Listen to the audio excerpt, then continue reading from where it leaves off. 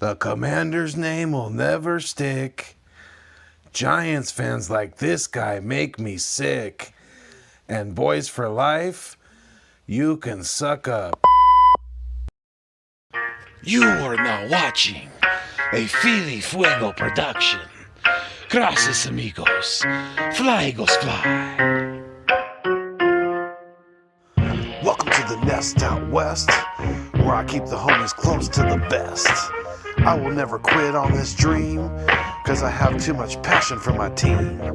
Now I know the Wi-Fi might be lagging, but that's not gonna stop me from grabbing that title belt, bringing you that fuego you felt, just playing the hand I've been dealt. To all my peeps, I wish nothing but happiness and health, with a side of wealth. That's my words to say the least. David Paul Capel, rest in peace. Real talk, yeah.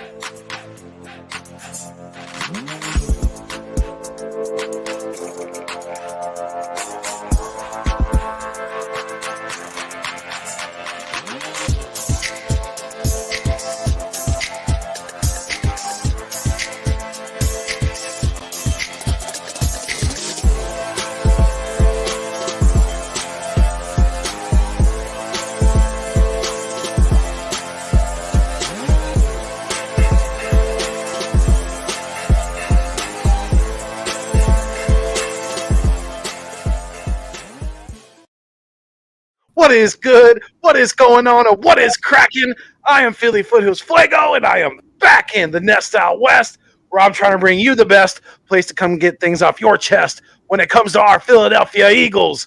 What's going on, everybody? I'm with my boy here, AK Eagles of the AK Eagles podcast. We are live on both channels. As you can see, we dropped both of our intros. And shout out to Key in the building, man. That AK, your intro is absolute fuego, my guy. Absolute fuego. What's going on, dude? Yo, what's going on? Yeah, shout out to Key in the building for that awesome intro. Every time it comes on, man, I'm always banging with it. Right? You know, it's awesome, man. I love it. But yes, appreciate that as well. And yeah, I am here with my brother in arms, Philly Foothills. Appreciate you, sir. I am AK Eagles from the AK Eagles podcast. I may not fuss and I may not cuss, but I still am the same dude driving the bus. If you like what's going on, like and subscribe. Appreciate you guys. Enjoy your time. Absolutely. Absolutely. Yes. My guy here is on the road to 1K. He's already got the watch hours. He's been putting in the work. Let's get him more subs, guys. Go share his content all over social media. Let's try to draw more people in, even if they're Cowboys fans, Commanders fans, Giants fans, whatever. Bring them all. Bring them over. They, even if they like a different team, they probably still enjoy the content because he's putting in that work. He's putting out that great content, and he ain't gonna stop. And like he says, it'll come when it comes. But hey, let's help him get it there. Definitely, he deserves it just as much as anybody else does. This guy has been working his ass off, and he's a great individual, great human being. So let's get him there. Definitely share the content, and let's get his subs up, and up so we can get him monetized real quickly here before the start of this season. Appreciate you, dog. Seriously. No doubt. Hey, the grind's real, man. No one said this was going to be easy, and I gladly take on the challenge. So right. Yep. And as always, one of our most loyalist subscribers, another Eagles content creator as well, BLSG, is always the first one in the building. Big salute to you, my guy. Thank you for continuing to be so loyal to the content, to the channels. We really, really appreciate it. And it doesn't go without notice because you were always, like I said, you're always one of the first ones, if not the very first one, in the chats, dropping the content, showing the love. So thank you so much, Junior. We appreciate you. Yes, sir. BLSG, thank you, man. Appreciate all the love and support, dude. You've been here since day one, and we appreciate it. Yep, absolutely. Yeah. Inside 2 weeks until the draft. Yep. I may have misput it on the description there, but yeah, inside 2 weeks now until the NFL draft. So we definitely got some things to talk about. We're gonna get into it here in a little bit. Random Anton, he's another loyal subscriber. Been one of the first ones since I started. I can remember Random Anton since the very beginning. So as my guy Tone the Shield says, loyal from the soil. So salute to you, big time, Random Anton. Thank you so much for being here. We appreciate you. Yes, sir. Random. Yep. Let's see here. All right. Stephen Joyce is in here as well. Salute to you, my guy. Hope you're doing good. Hope you're doing well. You know, you guys, you and the family definitely been in the prayer. So I hope you're doing good, man. Yes, sir. Random Anton. Yes, sir. LOL. Pretty sure that was about the Boys for Life thing. Oh yeah. yeah. I had to. It's funny that you had him on earlier because I was planning on playing the intro anyway, so it wasn't like hey, you had him on, so now I'm gonna do that intro. I already had that shit done, and he's yeah. It was interesting, definitely interesting to listen to his takes on some certain things. Yes, sir. Mike Fuji, what's going on, Mike? That's a new name. I don't know if you've seen that name before on your channel before, but No, he was in here last. Okay. Actually, he was in here on East Meets West last time. yeah. So, Mike, I'm out in California. I'm in the foothills in between Tahoe and Sacramento. So that's why I go by Philly Foothills. And my guy AK here will tell you where he's at. Yeah, I'm in Pennsylvania, but the AK stands for Alaska. That's where I'm from.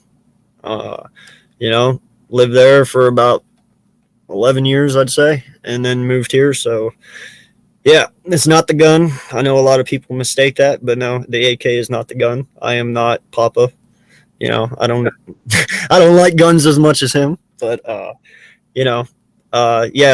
I'm from Pennsylvania, born and raised, moved to Alaska, Cali, Texas, Colorado, back here. So Damn, Richie says I look like a hacker on the dark web, and you look like a lumberjack. I appreciate that. Right? That's what I'm going for. We'll take what we can get. I'm going for the ZZ Top look, to be honest. So, hey, you got a little growing to do still for that. You got to get a little more length going. another year. Another year? Yeah. Another year. This time next year, you probably be pushing a ZZ Top look. I definitely see that. What's going on? I'm gonna have long hair next year too. You gonna grow your hair out too? Yep. Okay. You really look like a hippie. Eagles _Slayer 95. What's going on? He said, "What up, fellas? These streams are always fire." Hey, we appreciate you, my guy. Thank you so much. Salute to you.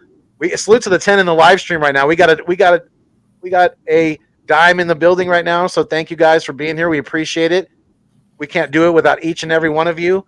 So if you haven't already, please make sure that you like, share, comment, and subscribe to keep our dreams alive, because we're going nothing but up, baby. Nothing but up. Yes, sir. Down is not an option. Right? Mike Fuji said, "Nice to meet you, fellas. I do Philly Sports Podcast, Broad Street South." Okay.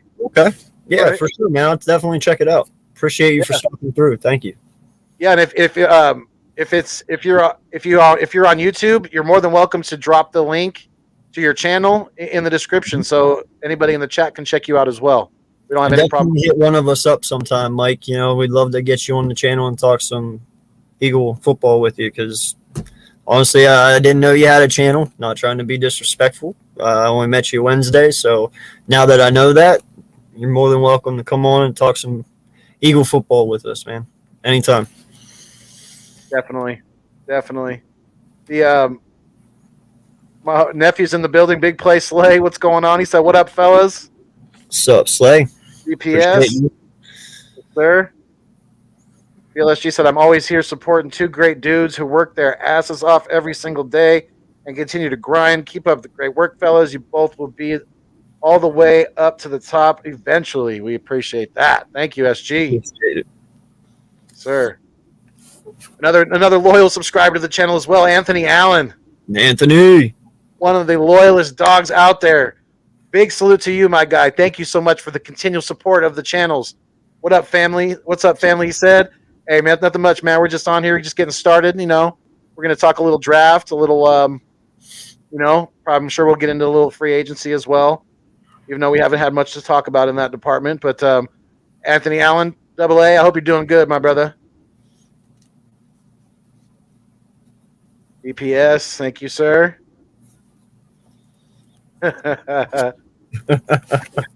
Eagles on says you look like Post. He says I look like Post Malone. Really? Okay. That's a definitely a unique look for sure.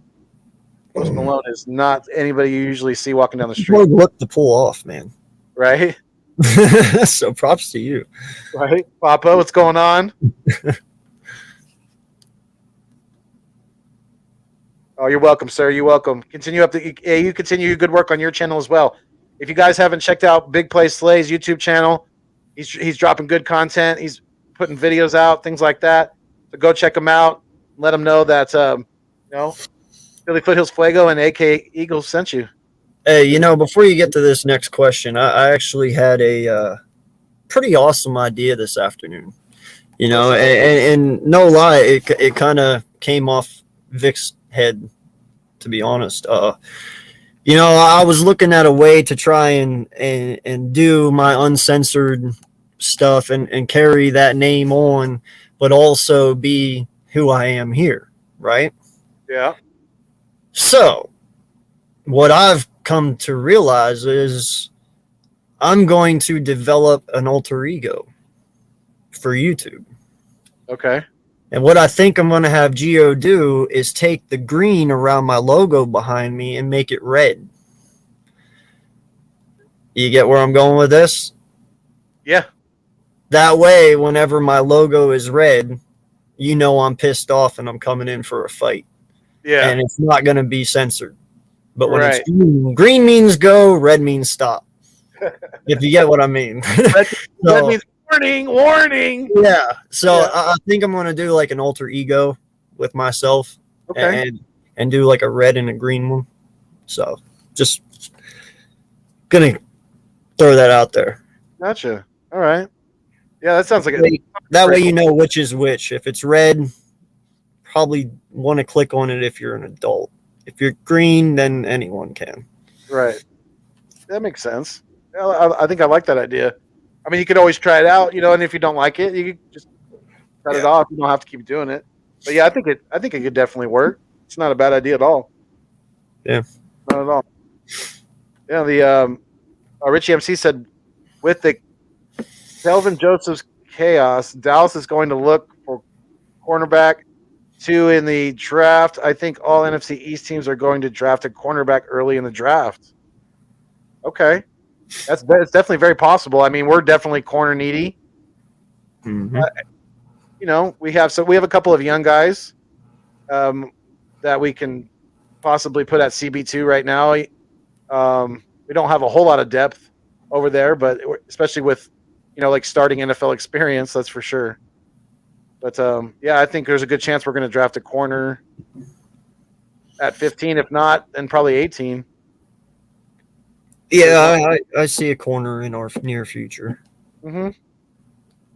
Yeah, I wouldn't doubt that at all. I mean, somebody put out a mock draft earlier. I think it was on Twitter, and they had us taking Dean and then Booth. And if we go defense with both picks and we don't choose a defensive lineman, I will be very, very surprised. Wait a second, that was me. Was it? I couldn't remember my bad. No, it's fine because you know what? I actually had to set it up that way when I did it because, well, I'll read it to you. Wait, where is it?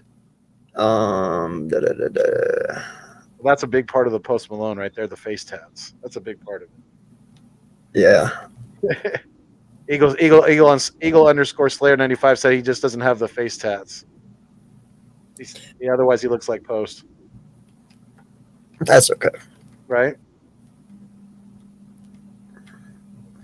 Oh, Joey's in the building. What's going on, Joey? Joey Shea. 72. One of the best in the biz when it comes to Eagles content. He doesn't like to be called it, but he's one of my goats. definitely is. I know he just does it because he's, he likes to talk Eagles football and he just likes to, express his opinions and things like that. But he is definitely one of the best out there in the game, and I am not just blowing smoke. That's 100% facts. That's what makes him the GOAT, man. Honestly, he is probably one of the most legit human beings I've ever met. He's down to earth. He speaks from his heart, and he's not afraid to help anyone out. I've seen him on so many people's channels, even lower content creators, man. He's always around. He's always busy. He's always doing something, and he's not afraid to support. And, there's a lot to say about somebody like that. So, Joey, appreciate you, man. I know you don't like it, but it is what it is, and you're just going to have to learn to accept it, my guy. That's right. And if you guys don't know, Joey has started a second channel, and then it's all horror based, horror film based. So go check that out as well. He's building that channel up, and I think that channel can take off as well. So yeah, you guys go check that out. He's always putting out Eagles content, whether it's live streaming, which he's been doing damn near every day recently. He puts out videos as well, like a MFer. I mean, he just spits them out. Definitely, and they're great all the time. So you check out his content, definitely. If you haven't already, I mean, most of you probably have, I'm sure, because his channel's getting pretty damn big. If you're watching us, you damn sure heard of him, right? Absolutely, you better have. There's something wrong. Yeah. Richie MC said, "Boo Bulls." Oh yeah, he's taking a shot at my guy here. Is a Bulls fan. Hey, easy, Richie, easy on that. We'll see what you say whenever we wipe the floor with you. Who are the Bulls playing in the playoffs? Not the Sixers. That is true. I think it's the Bucks, isn't it? I'd have to look. I know it's Sunday, and actually, I'm going to be streaming that with my boy Big Pat Sports. Okay. On Big Pat Sports Network. He's a Bull fan as well, so me and him are going to get together and live stream the game on Sunday. So definitely, stay tuned for that and check us out over there. Oh yeah. Okay, so it looks like, you guys are playing game one, against the Bucks on Sunday. Yep. Yeah, you're right. Yeah, we'll see you soon, Sixers. we got to get through the Raptors first, so that's going to be a mission in itself. But with the Sixers series starts tomorrow, so yeah, that'll be interesting to see how that goes. But Papasaurus said, so what I'm hearing is AK is about to be Two-Face or Bane. Nobody knew who he was before he put on the mask. Don't give me ideas, Papa. Right? Richie MC. Our Big Play Slay was talking to Richie. He says he was busy. I think he had to leave a little early. What he was talking about. Let's see here. Come on. He was acting weird. There it goes.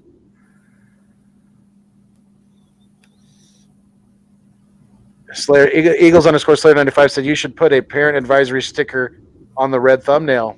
Not a bad idea. I will do that.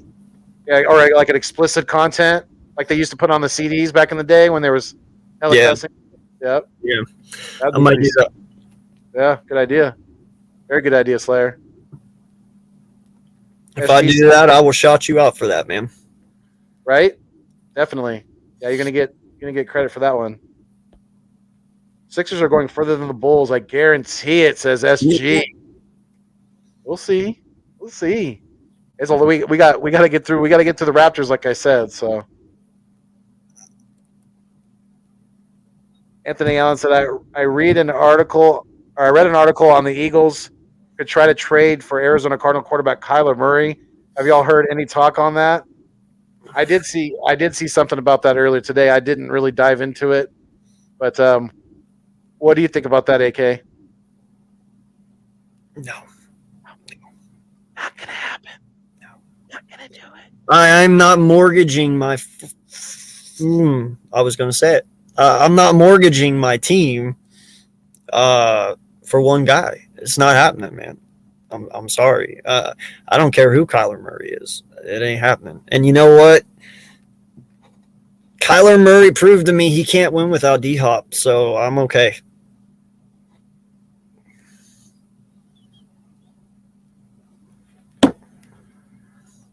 That's all I was going to say. Yeah, I got you. Yeah, I was on mute for a second. I got you. Yeah. The fact that, I mean, it just seems like the media is just stirring a lot of this up. I think, they know that a lot of the Eagles fan base is kind of split on Jalen Hurts, and they're going to keep going with that as much as they can because they know during this downtime in football, during this kind of the slow time, that keeps people interested in their content. That keeps people listening. That keeps people arguing on social media about whether Jalen Hurts can be the guy for us going forward or not. It's like fuel to the fire. You know what I mean? It's like pouring gasoline on it, basically. So, you could take it for what it is. I don't think Kyler's going anyway. I think he's going to stay in Arizona. So that's my take. Yeah, in all honesty, I mean, the way I look at Debo, the way I look at Kyler and Claypool and all these guys, man, is they're just trying to force themselves into an early contract. I mean, right. I'm pretty sure that's all Kyler's trying to do is just get his money now. But we'll see how it works out. I don't think he's going to go anywhere because if they do, they have no one. And that's not an option for him right now. So, yeah. It really isn't. I mean, they basically would be starting all over in Arizona if they did that. It would be not a very smart move on their part. They would be best to try to work things out with him and put weapons around him and build around him going forward. Yeah, they chose him number one overall for a reason. They should stick to that. I mean, you went out and got D-Hop, too. You didn't go out and get D-Hop just to trade Kyler Murray away. I mean... Right. Exactly. Stephen Joyce said, rumor has it Eagles offered Honey Badger 3 years, $50 million. Wow. I wouldn't think he would turn that... That's 15 a year? Yeah, roughly. A little bit more. It's 15 a year would be 45 million. So, that's like 17. Yeah. I don't. If that was true, I think he would have took that. I think he would have took it. Could be worse, I guess. Yeah, absolutely. I mean, he's looking. Roughly, he said. Remember, there was people out there saying he's looking for about 18 million a year. That pretty much gets him right there. So. I don't think he wouldn't be turning that down. I think if we really offered him that and he really was interested in coming here, then he would take that. I think he would. I don't know how much credibility is to that rumor right there, Steven. No offense. Yeah, I don't know, man. I mean, listen, I'm okay with paying that because he completely helps out this defense. I mean, he completely revamps it. Just him alone revamps that secondary. It's almost like having another Malcolm Jenkins back there, which we've missed a lot. So, he's 29. He's still got a lot left in him. Money well spent if that's what it is, man. Because we need it. No lie. We do, and I think him and Anthony Harris would be a good tandem. For at least next year, we don't really have another. Now that McLeod is gone, we don't really have another starting safety. So we definitely need to address that. And if that's the way we do it, I would be fine with that. I'd actually be really happy to bring Honey Badger in because I think he would fit in pretty nicely with this defense. I think his intensity would be very much. Taken in by the city, by the fans, by the organization. So, yeah, I think he would be a good fit. And he's an instant leader. Right, because he has the veteran experience. He's got the Super Bowl win. he's definitely got the stuff that he needs to put on his resume. You know what I mean? He would come in and even if he is a first year guy, it's still, those guys that have that experience, that have that, that pull in the league, have, they definitely, they bring in an an essence with them, to so to speak. You know what I mean? They kind of garner that respect just from what they've done, and I think he could definitely come in and be a leader, even if he is a first year guy. I don't think there's an issue with that. Not with him, because he's the type of guy that'll get in people's faces and he'll be like, "Hey, you effed up on that play. You gotta be over. You can't get sucked in like that. You gotta stay deep. You can't get. He'll get on people. He will. I mean, he would help out Wallace. I believe we all think Wallace is now. Granted, I was very high on him coming out of college. He was honestly a favorite of mine. I backed him, but I'm not backing him anymore. Sorry, man. You got a lot to prove, but maybe he would help Wallace. He would definitely help Epps. If we can just get anything out of this young group that are behind him, and that's why I think it's a major thing that we get Honey Badger, because we need somebody other than Harris to teach these guys the ropes, even if we bring in someone in the draft, so.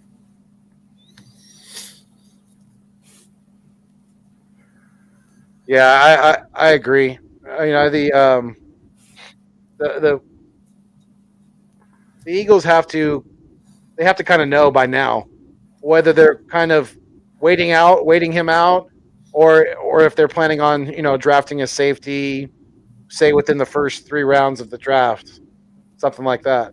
I don't know. It's going to be interesting to see who's starting on the other side of Harris this year. It really is.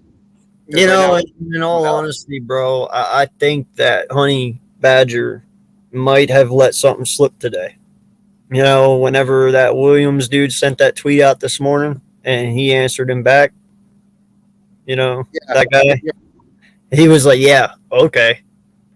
Because he was saying about how they kind of are just writing it off and maybe Hamilton's the guy. Listen, you're not going to say something to that extent if something wasn't meant behind it. You know what I mean? Like if he knew that he was not going to sign here, or the percentage of him signing here was low, would he say anything at all? Probably not, right? I mean, that's the way I'd look at it, because if someone's sitting there, well, what the hell does he care? If he's not going to be on this team, what does he care whether or not we're talking about Hamilton over him? Like there would be no reason to say that. He'd be like, whatever, I'm with the Saints anyway. Screw those guys. But yet he's going to respond to an Eagle fan about something like that. You know what I mean? So yeah, I'm maybe reading too much into it, but you just don't make comments like that for no reason. Right. And like you said, if the Eagles were like the really like, kind of like in the back of his mind, like he really wasn't even thinking about joining this team or anything like that, he wouldn't, like you said, he wouldn't even respond, because he wouldn't be paying attention to anybody on social media in regards to the Eagles.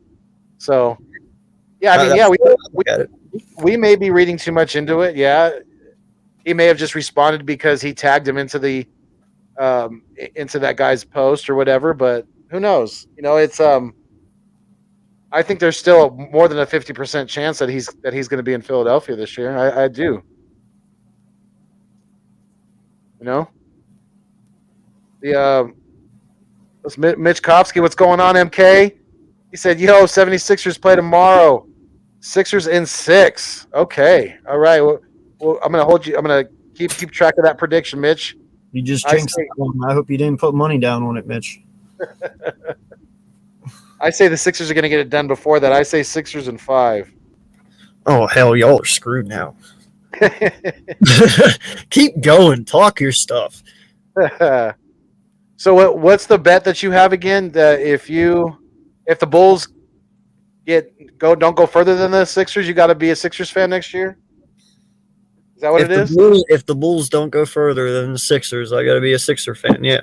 Which I'm okay with, because like I said, the guy I rooted for has been retired for like 15, 17 years. I'm not really giving up on anything, so. Exactly. Yeah. I mean, when Michael Jordan was around, even I was a Bulls fan to an extent. I mean, Right. he was so amazing to watch as a kid, as a youth. It was amazing. You know, it was absolutely. I mean, it's something that you were never going to see again. You know, it was. No. The league has changed now. It's different, and yeah, there's still great players, but there's never going to be another Michael Jordan, in my opinion. Bro, he would never, even if he would have never won a championship, the man would still be a GOAT. Yeah. In all honesty. Not even if he didn't win one. Oh, yeah. Or if he was just. Listen, I'm going to tell you this right now. Dominant, but not Scottie winning. Pippen and Dennis Rodman had a huge part in those 6 wins. Listen, Scottie Pippen alone was a superstar. He didn't need Mike. Let's be honest. Scottie Pippen was really good on his own. He could have held that team. Michael Jordan could have held his team. But I'm just saying, though, those 3 together is truly what made the Bulls back in the early 90s. You know, they were. Dennis Rodman was, I get it. He was a weird individual. A lot of people were, you know, skeptical, but the dude could play some basketball, man. Yeah, I mean, he really could. Like, talk about getting boards, rebounds. Yeah, like I hate to use the word weird. I would say different. He was just a different cat. He really was. You know what I mean? He was definitely one that he marched to the beat of his own drum. He did not care what anyone thought of him. That's what I love about it. Absolutely. And yeah, some of the stuff he did was a little off the wallish. You know, he's but you know, that's just part of his personality. It's just to make what makes Dennis Rodman Dennis Rodman. So yeah, and there will never be another one of those guys either. Promise you that. Sure. Yeah, there'll probably be never basketball player to marry himself. So yeah, that's right. Just in that aspect alone, there probably won't be another one. But Mike Fuji said, "Would you fellas trade for Kyler Murray depending on what we have to give up?" I think we kind of touched on that already, but I mean, no, unless no, I don't, because then we're going to have to give up. More than likely, we'd have to give up probably a first round, Jalen Hurts, and some other players as well, and probably some other draft picks. I mean, it would probably command way too much than we're willing to be able to give away right now. That's for damn sure. I'm going to put it this way. I ain't giving up shit for Kyler Murray after that stink fest of a fucking football game he played in the playoffs. I ain't giving shit up for him. It's that simple. That's facts right there. He definitely choked in the playoffs. Did not perform well at all. And I mean, the Cardinals were at the first half of the season. The Cardinals were one of the hottest teams in the league. You know, they looked like they were unstoppable. And good teams don't fade away down the stretch, and they did. So, yeah, and don't mistake when I say I'm not giving up anything for him as the dude is bad. Kyler Murray is a dog, all right? I'm just not doing it. Yeah, I got you. Yeah, and I think they get that too, definitely. Let's see here. Random Anton said, "Oh yeah, Bulls are toast." Okay. Enough of NBA talk already. Bulls play Bucks, Sixers play Raptors starting tomorrow night. Yep. Yeah, we talked about that. Bulls have nobody to guard Giannis, and Raptors don't have anybody to guard Joel Embiid. We'll see. The Bucks have to worry about DeMar DeRozan too. So who are they going to have guarding him? So we go tick for tack. You know what I mean? I'm not trying to say the Raptors have anyone like Joel Embiid, but yeah. Hey, we've been slept on all year. Keep sleeping. It's okay. Right? Hey, we appreciate you, Eagle Slayer 95. Yes, sir. Thank you. Yeah. Absolutely. Anthony Allen said, I don't want him on the team at all either. I think he's talking about Kyler. Yeah. I don't think that would be a good fit. It's just, I mean, what would the reason? I mean, I don't even know why Arizona, like I said earlier, Arizona would be foolish to give up on Kyler Murray already. They would be absolutely foolish. So. Oh yeah, I mean that to me that's Cliff Kingsbury signing his fire slip Yeah. already. Yeah, I mean pretty much you're like, all right, I'll walk at the end of the year, sure. You know? Oh yeah, he's pre-printing out his walking papers basically. Yeah. Papa Source said, "Yeah, you can 100% have like red lighting and do parental advisory and do like a get up or whatever for a thumbnail and have like a mask on for the thumbnail." Yeah, hey, Papa, you want like half mask, kind of like a mask on from Joyner Lucas? All right, or like a Phantom of the Opera kind of even. Yeah, we can do that. Right. Yeah, Philly Phantom. Yeah. Ooh. Ooh. Ooh. Ooh. Ooh. Wait a second. Never mind. We're not going anywhere because I don't want anyone stealing this shit. Hey, I pretty much agree with that, Anthony Allen. Kyler Murray is not much better than Jalen Hurts.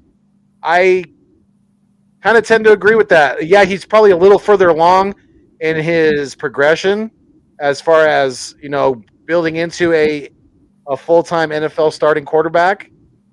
But the separation between the two of they're very similar in play styles. They're mobile quarterbacks. Kyler's arm is probably a lot, it's bigger than Jalen's, but the talent difference isn't very big. The gap isn't very big to me. What do you think, AK? Listen, man, I got to keep going back to it. I'm sorry. Listen, Kyler Murray has had D-Hop. Okay, he has. For what, 2 years now? Yeah, and he had AJ Green last year. He had AJ Green last year. He's had Christian Kirk. He had more. He's had Kenyon Drake last year, and he had James Conner last year. He had Zach Ertz. And dude, like, do I got to keep going here? Like, do you see what I'm talking about? I'm naming people, okay? And he's still not getting it done. Jalen Hurts has Smith and Goddard. Right. And Goddard. I mean, do you see what I'm getting at here? So I really cannot say that he's better. I mean, listen, he has a better arm right now. Okay? He has a better arm right now. But listen, man, when you got weapons like that and you throw and I even, like I told boys today too, Dak Prescott, Kyler Murray, they both fit into this category because they had way better teams than what our team was this past year. And they both had the same exact statistics in the playoffs as Jalen Hurts. And they both had far better teams than what we had. That's facts.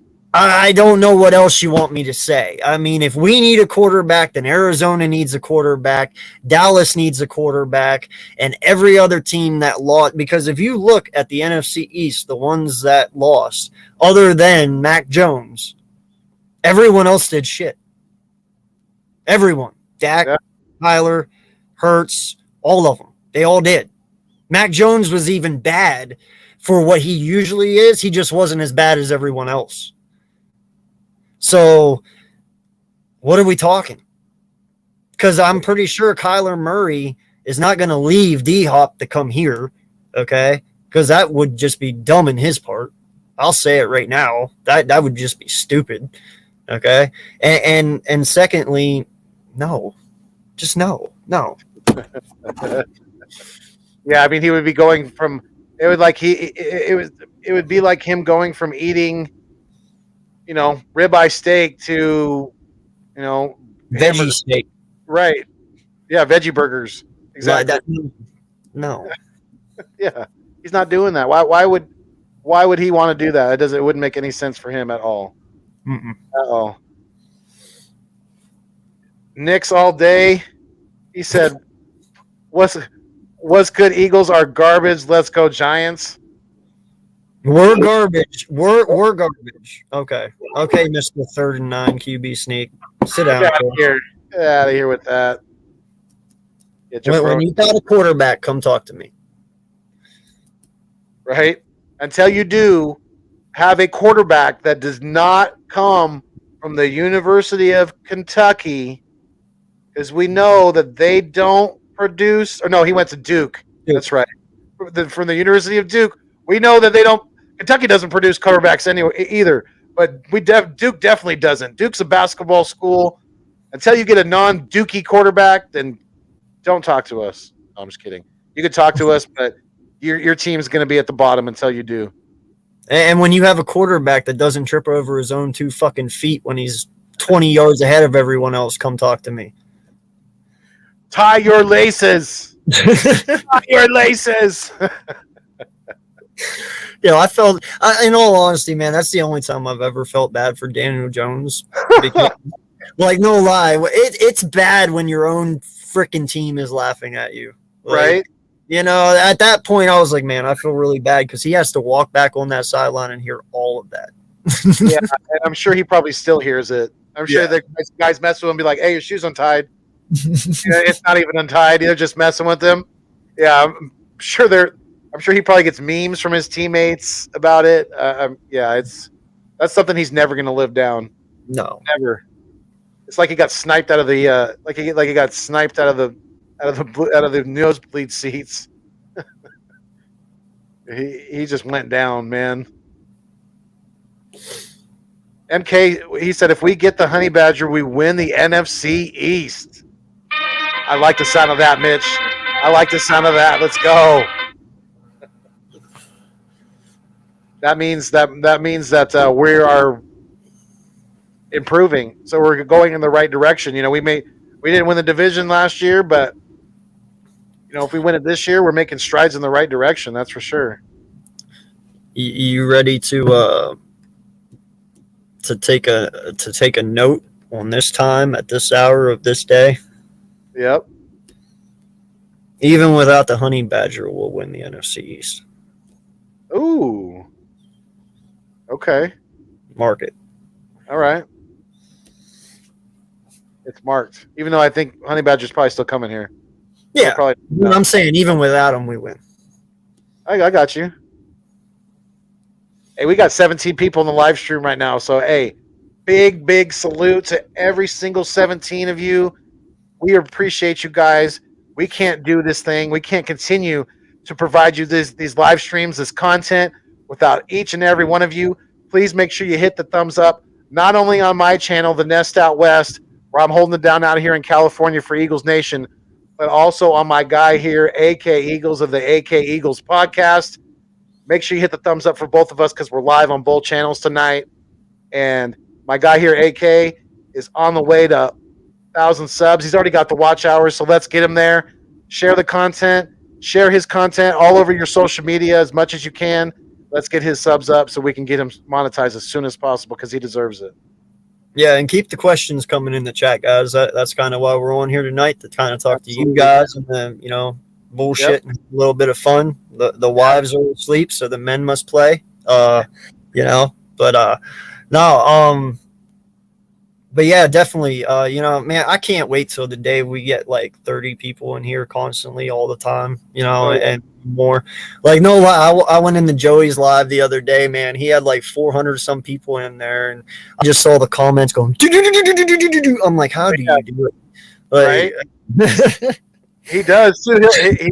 There's not very many he misses. He usually pretty much reads every one of them too. He's freaking amazing, dude. I don't even know how he does it either. Yeah, man. Someday when we finally hit that and we get there, I'm gonna try to do a speed reading. You ever try to do that? Nuh-uh. Well, we've never actually had the chance to do it yet. But imagine when this whole chat's going down, like, and they just you're gonna sit here and speed read everything. Just oh yeah, yep, yeah. You're gonna fun. Yeah, real quick. Richie MC said free agent, high price safety rarely live up to their contract. Rather the Eagles draft or trade for a safety. Okay. All right. Papa Sora said, I'm telling you, imagine we sign Honey Badger and then Hamilton falls and we get him. Bro, Hamilton's not falling, Papa. Stop. Right? I Bro, say this every day. He's not making it past 6. He's not. Like, yeah, unless we trade up, I don't think we're getting Hamilton. No. I don't see him falling. no. He'll go 4. If anything, he's going 4. Right. Now that the defensive end from Oregon, he may fall to us. Thibodeau, there's a possibility he could be there at 15, maybe. If he falls that far, though, bro, I don't know if I want him. That's the thing, right? Then you got to start wondering what's wrong. Why are all these teams passing on him? Yeah. And what did they see that we didn't see? What do they know that we don't know? Because when guys start falling, there's teams that start hitting the panic button like that. Just like you've seen in Draft Day. That's a great movie with Kevin Costner. If you guys haven't seen it, go check out that movie. It's pretty good. I mean, I don't think he ever falls, but if he did, I don't. Like, I understand it. You know, he had that like family dispute thing like 2 years ago, and then he's had a couple of other red flags and stuff. Yeah, right. Has he ever done anything really though to grant him not to be in this draft and be a high pick? You know what I mean? Right. I mean, let's put it this way: even if he's to fall out of the top 10, I'll be surprised. And he's got to get to 15 for him to be to be there for us if we don't move up. So, yeah, I don't see it happening. I don't see it happening, Papa. As much as you'd like to see it, I know you would. But I don't see the Eagles drafting a safety high in the draft and also, getting a pretty high end one in like the Honey Badger. I just don't see them doing that. I think they got to try to spread around the money in the draft picks and like everything like that a little bit better. We got a lot of holes to cover, Yeah. Holes to. Eagles _ Slayer 95 said Raptors in 4. Okay, all right. Don't like that. I'm gonna hit the what button on that one. Sixers in 3. Raptors forfeit game 4. Richie MC. Man, y'all are disrespectful. Damn, Richie may have definitely jinxed us right there. No. Keep going, Richie. I like it. We got 18 in the live stream now, so thank you guys so much for the continued support. Joey Shake 72 said, "You see the Honey Badger tweet? I think something is brewing." I think so too, Joey. I think so too. Is he talking? Was there something new that I may have missed, or is he talking about his response to Victor Williams? I think it's the Victor one. Yeah. I didn't see anything new recently. Don't worry, AK's in his ear. I got you. SG I said send him DMs every day. Sixers dub _1. What's going on? Appreciate your being here. He said Joey Shakes. What's up, bro? Hey, Sixers dub. We appreciate you dropping in the live stream. Thank you for being here. Appreciate it. Make sure you hit the thumbs up. Channels, right? Stop mocking me. You owe me a Coke. Richie MC said, "Does Lamar Ball go to the Bulls games when Lonzo is hurt? If so, God help us all." That's the dad. Yeah, because he's going to be coaching from the stands. He's one of those. I don't like their dad. I know. He's a little too overly. He's a little too cocky for my taste. Yeah. Like, I understand you want success for your kids, but dang. Right. Dang. Seriously, though. Papa Sora said, "Yeah, the half mask is absolutely what I was talking about." I will get it on it, Papa. I will get on it. We will figure it out somehow, some way, but I will figure out how to do it. Oh, yeah. SG said, "Name me someone from the Raptors who can guard Joel Embiid 1-on-1. I'll wait." Yeah, like I said earlier, they don't have anybody. There's not too many people in the league that can guard Embiid 1-on-1, let alone on the Raptors. So, yep. See, that's where they screwed up. I could do it. AK will body him up. Yeah, I might be 6 foot, but I'll tell you what, man. Good luck trying to get around me. You see how long these wingspans are right here? You can't even see it. It's so Take long. up half the damn court. Richie said Kyler had one of the worst playoff games in history. Yeah, he did. He definitely shit the bed. He absolutely s the bed on that one. He has no excuse for that either. They have like AK said earlier, they have tons of weapons in Arizona. They got a pretty solid defense, pretty good offensive line, good running backs. So yeah, there's no excuse to not come through in the clutch. Michael Jordan will, however, always be the GOAT in the NBA. Oh yeah, he will. Oh, yeah. That's fact, Miss G. I'll take Giants 5 years to win 20 games. 5 years to win 20 games. I'm just gonna leave that one up there. I'm gonna leave that content up. Actually, you know what? You should pin that. Right? You should pin that. That's a good one. How do you do that? Over your phone. You got to go in the chat on your phone, hit his name, and then pin comment. Gotcha. Right. I gotta go grab my phone in a second. Actually, you know what? Oh wait, I can't do it on yours. I can only do it on mine, and he's not on mine. Oh, I'll go grab my phone in a second. Random also said Danny Dookie. Yeah, Yes. that's a good name for him. I never understood cocky Giants fans and Jets fans, especially Jets fans. Yeah, I mean, at least the Giants have won. At least they won a couple Super Bowls within the last, 20 years. The Jets haven't done a damn thing. That's the only thing they can do because winning isn't an option. All right. Papa Sor said, let's also not forget Oakland, the baseball team, has the rights to Murray, so he could choose baseball. Yeah, he could. I don't think he ever would, but I mean, just didn't this? Who had Russell Wilson's rights? Wasn't it the Seattle Mariners? Or no, was it somebody else? No, it was Texas Rangers, Texas, I think. Texas Rangers. Yeah. Yep. You're right. It was. But yeah, when they can make a lot of money in football. They don't. It's hard to change sports like that when you're at that age, and you're already pretty much a professional. You're already a professional in one. Yeah, you're drafted in Major League Baseball, but I mean, I think those guys just really do that just to say they did, basically. I mean, could you ever see Kyler Murray playing baseball professionally? I mean, maybe if football really took a crapper pretty quickly, I mean, maybe he could fall back on it, possibly. Yeah, I think he'd have to tank. Yeah. To do it. I don't know, man.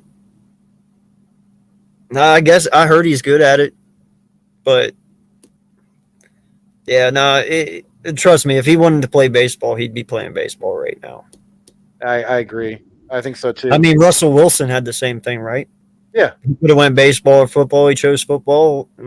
Yeah, I know at the beginning of his career, he was on their training squad, right? Yeah, he would go to spring training. Yeah, but he never actually played. Right. He would just report to spring training, I think, and then maybe be there for a couple days or whatever, and then be gone. Yeah. Yeah. I don't see it happening, but I mean, stranger things have happened. But the reason why Dion was able to play multiple sports is because he didn't play quarterback. He was a defensive player and a return specialist. It's a lot harder to it would be extremely extraordinarily harder to be a quarterback in the NFL and also try to play another sport. It would be damn near impossible, I think. First injury, man, your team would be so upset. Yep. They'd be pissed. Yep. You pull a hammy, run into first base. Oh, there goes the game on Sunday. There's too much writing on the quarterback position in the NFL for the teams, for the players to take that risk, really. Random said we win the NFC regardless. I agree, man. Yep. I agree. Absolutely. East Coast Gridiron, what's going on? He said, "What up, gentlemen?" What's up, East Coast? Appreciate you, ECG. Thank you for stopping in. Joey said, "It sounds like he's wanting to come here." Oh, I hope so, man. I hope so. I can't wait to see Honey Badger in Eagle Green with that one black under his eye. I like that look. I think it's a good look for him, and I hope he continues doing it because I can't wait for that first big hit that he makes over the middle. The crowd's gonna go wild. Yeah. He's gonna be well welcomed in Philly. Well welcome. I agree. I hope he does want to come here because I think us as fans want him just as bad. SixersDev_1 said we need to draft Jordan Davis and Chris Olave in the first. Okay, I can at least agree with half of that. I'm not super big on Olave. I know some are, but if we were going to take if we were going to take a wide receiver in the first round, I would probably lean more towards Treylon Burks at 18. You know, man, that's why I didn't take a wide receiver in the first. I was very tempted to in my mock draft, man. But you know what? There is a lot of second-round talent wide receivers out there. You have Watson, you have Bell, and you have Ross. And in fact, I did not know Ross from Clemson was 6'4". And dude, he's opened my eyes a little bit. I watched him. You got some pretty good talent in the second round. If we don't take wide receiver in the first, I'm not going to worry as long as we take it in the second. But yeah, it's really hard, man, because I do feel we're going to go corner, wide receiver. I mean, that's pretty much what we've been bringing in is corner, wide receiver, you know? Yeah. But yeah, if Jordan Davis is there, though, I got to snag him. You know me, man. I've never veered away from that. If he's at 15, you take him. Yeah. And I think you're right about Jordan Davis. I think he's NFL ready, you know, and he's going to be pretty damn good. Yes. Yes, like Anthony Allen said, he says, like the video, everybody, please do like it on both channels. Because we're live not only on the Nest Out West here, but we're also live on AK Eagles podcast as well. So make sure you hit the thumbs up for both of us. We really appreciate it. And Joey said the tweet today really made me believe just a little more. Yeah, I feel you, Joey. I know we're getting excited. I know. Hope we're not setting ourselves up for a letdown. But yeah, I hope the Honey Badger's getting ready to sign. Well, it's like I said, man. Like, why would you even say anything if you're not coming here? Right. Why? Like you're not gaining anything. You don't benefit anything by saying that. If anything, if you said that and then you turn around and don't come here, you're going to piss us off. You know what I mean? Like, so the best thing to do is just not say anything at all. So, yeah. No, I'm with you, man. I truly think we might be on to something here. Yeah, I hope so. I do. East Coast Gridiron said, dang, do all your wives fall asleep at the same time?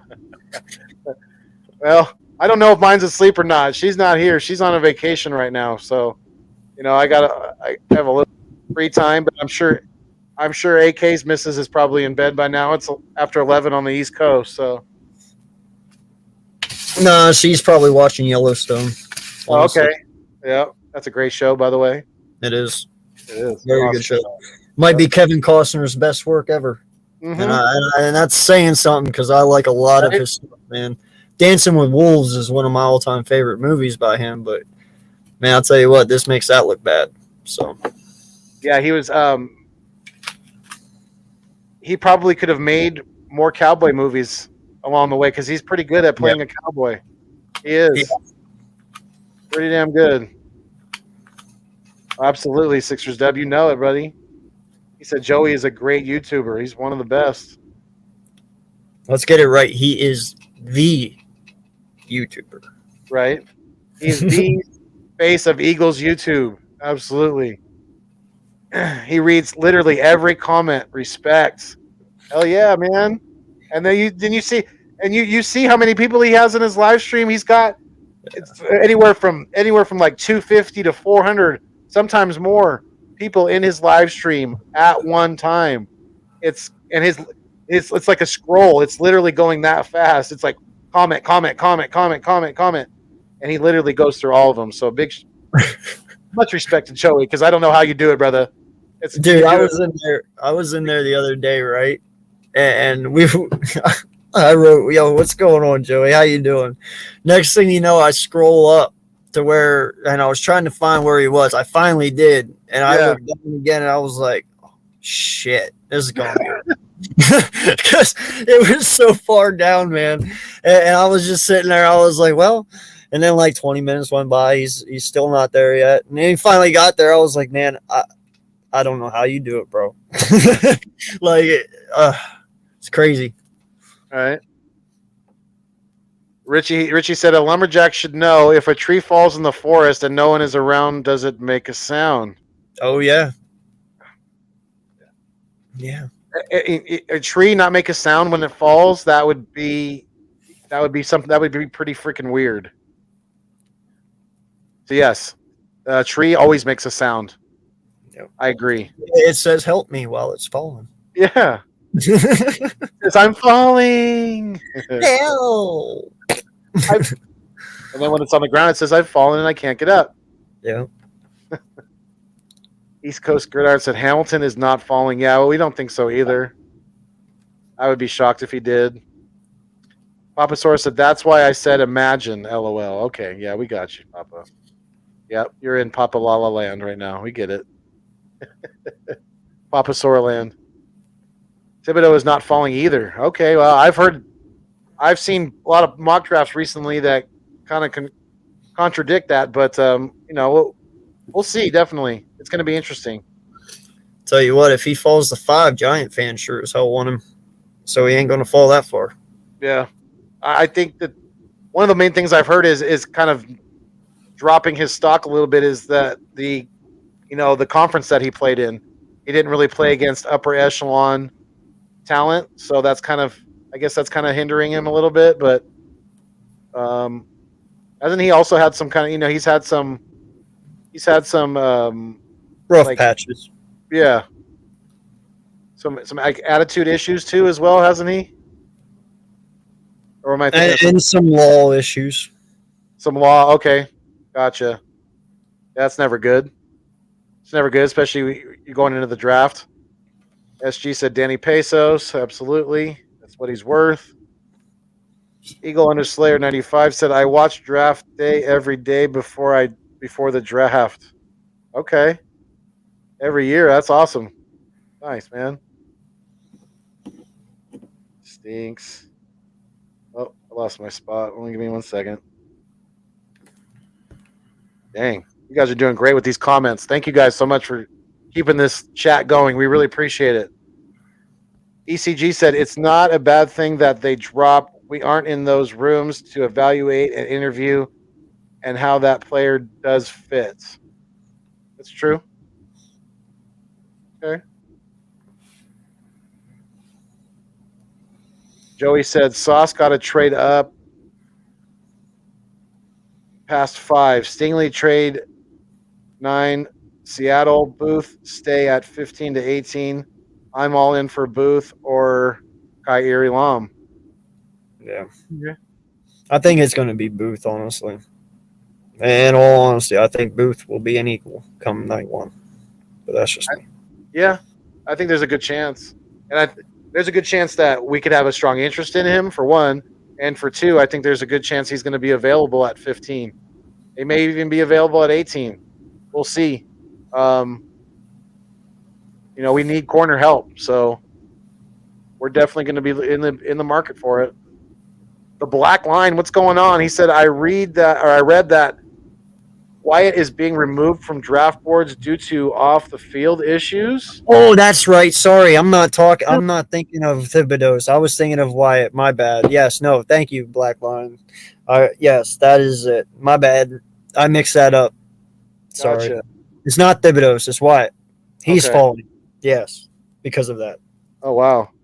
Yeah, I guess he had like an issue like 2 years ago with like family members and stuff, like a domestic type thing. And then like Oh, okay. in college he got in some trouble too when he was younger. So yeah, no, that's my mistake. I didn't mean Thibodeau, so I meant Wyatt.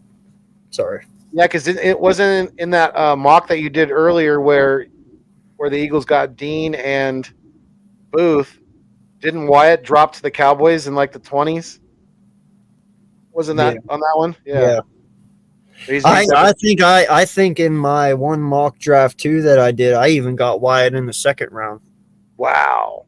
Yeah. That's crazy. He's dropping that far. Yeah. Dang. Going from a possible top 10 pick to out of the first round. That's crazy. East Coast Gridiron said Booth is not getting drafted until like 25. Ooh, really? You think he's fallen that far? He'll be drafted at 18, probably. That's us. I hope so. Yeah. Be a good pick for us. You think he'd be ready to start? He'd be ready to start on the opposite side of Slay, week 1? You think he'd be good to go? I think he'll start, but obviously he's going to need some work. But that's what Slay's for. I think he will be just fine. In all honesty, I don't think you'll have too much of a learning curve with him. Obviously, he should be able to come in and play right away, but there will be some things that need to be polished, I could say, and Slay's just the perfect person to do that. So, yeah.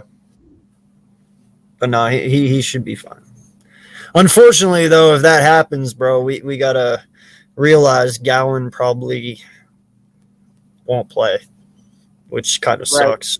And McPherson probably won't play, which sucks. But yeah. But if we do get a corner in the first round, I mean we know how Howie rolls. Yep. First round guys tend to start. So yeah, that would probably put those two on the back burner, at least for the foreseeable future.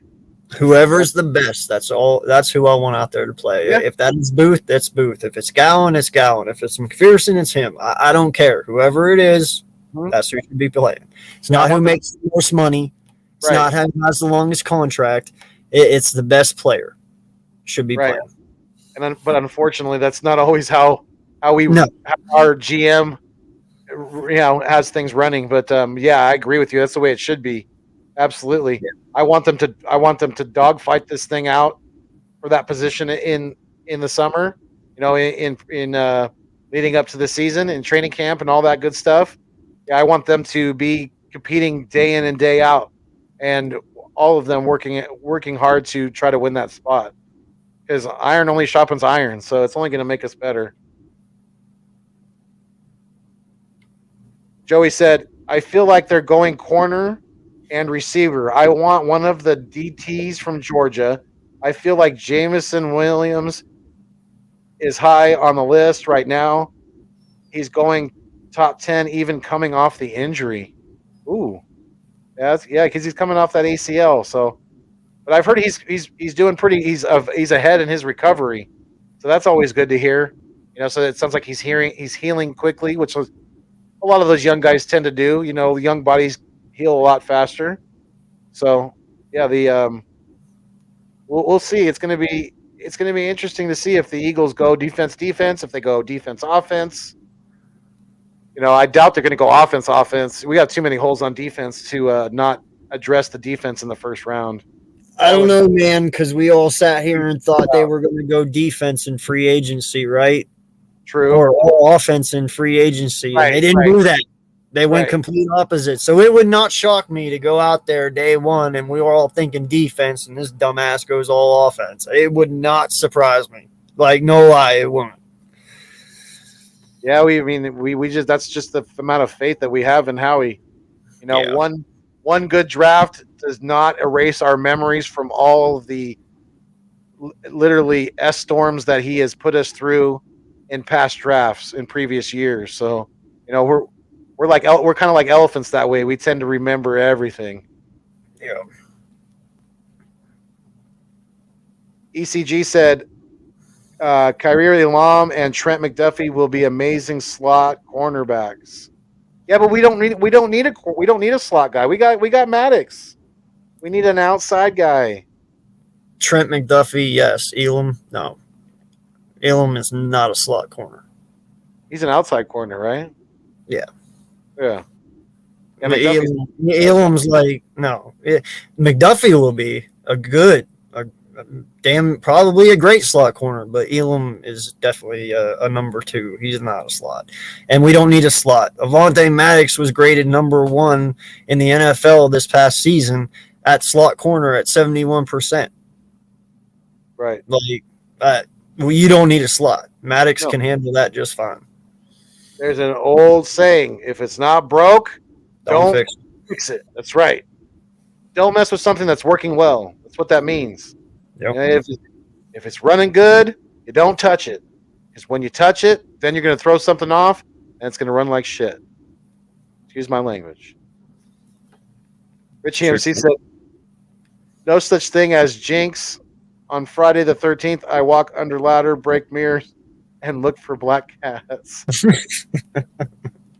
I bet you do, Richie. I bet you do. Yeah. Yeah, Papa knows because he's a Florida guy. Yeah, Elam is not. Kyrie Elam is not a slot corner. No, he's not. ECG said Kyrie is not physical enough to play an X or a Z receiver. He will start in the slot. Not sure what you mean there, Papa. Kid has quick first step on routes. I don't know. I think he's got the size that they want for the outside though. He didn't play slot in college. He didn't play slot. He played outside. Right. And if he's going this high as an outside corner in college, they're not going to throw him in a slot. I mean, Right. especially if you're going to take him at like 22, 23, 24, which is probably where he should go. If you've played outside your whole career in Florida, they're not going to move him into the slot. I mean, you're drafting him as an outside corner, so therefore that's where he's going to play.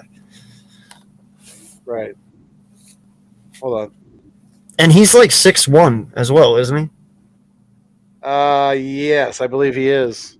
Papa Sorkin. you Yeah. know that more. He's like 6'1", isn't he? Papa could probably make him a suit. He could probably tailor him a suit. He knows his stats that well. You want to know his hand size, his arm length? What? Hey, what do you want to know? What do you want to know? The size of his circumference of his head? What do you want to know?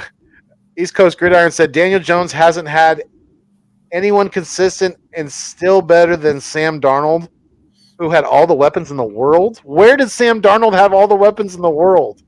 I have to know this. It wasn't with the Jets, and it damn sure wasn't with the Panthers. So where the hell did Sam Darnold? Half his weapons last year in Carolina weren't even there. Like Right. CMC was injured damn near the whole year. Yeah. And that's a big part of their offense right there. He didn't have that many weapons. I mean, I No. understand their receiver. Oh God, what is his name? DJ.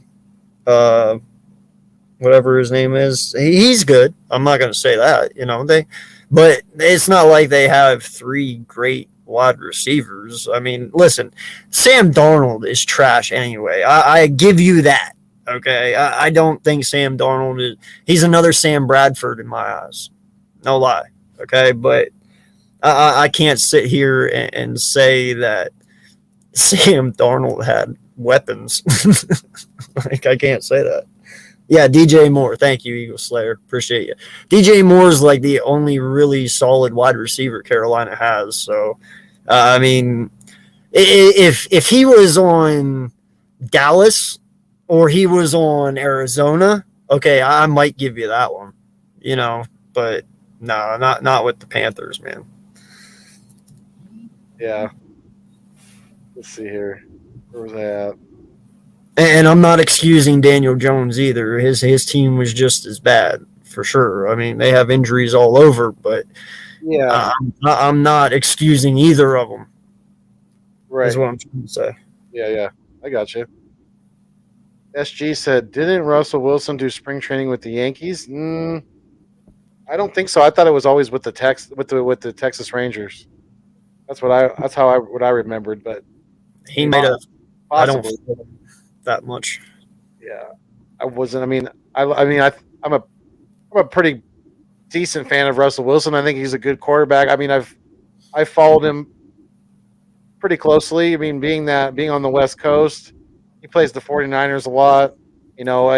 I always get those games locally here on TV. So, I've seen quite a bit of his play and things like that, but never followed him that closely. Yeah. Richie MC said, if Howie trades Rieger and Minshew to the Packers for Jordan Love, what is your reaction? Wow. Probably this face right here, because That's my reaction right there. So what you're giving away? how I feel about that. I mean, I'm not threatened by Jordan Love Not at all. I mean, he was dookie in his 2 starts for Green Bay. So, I listen. How many years he's been behind Aaron Rodgers and he's still that bad? I don't know, man. I don't know. That sure, if it gets Rager out of here, but I mean, he's no threat.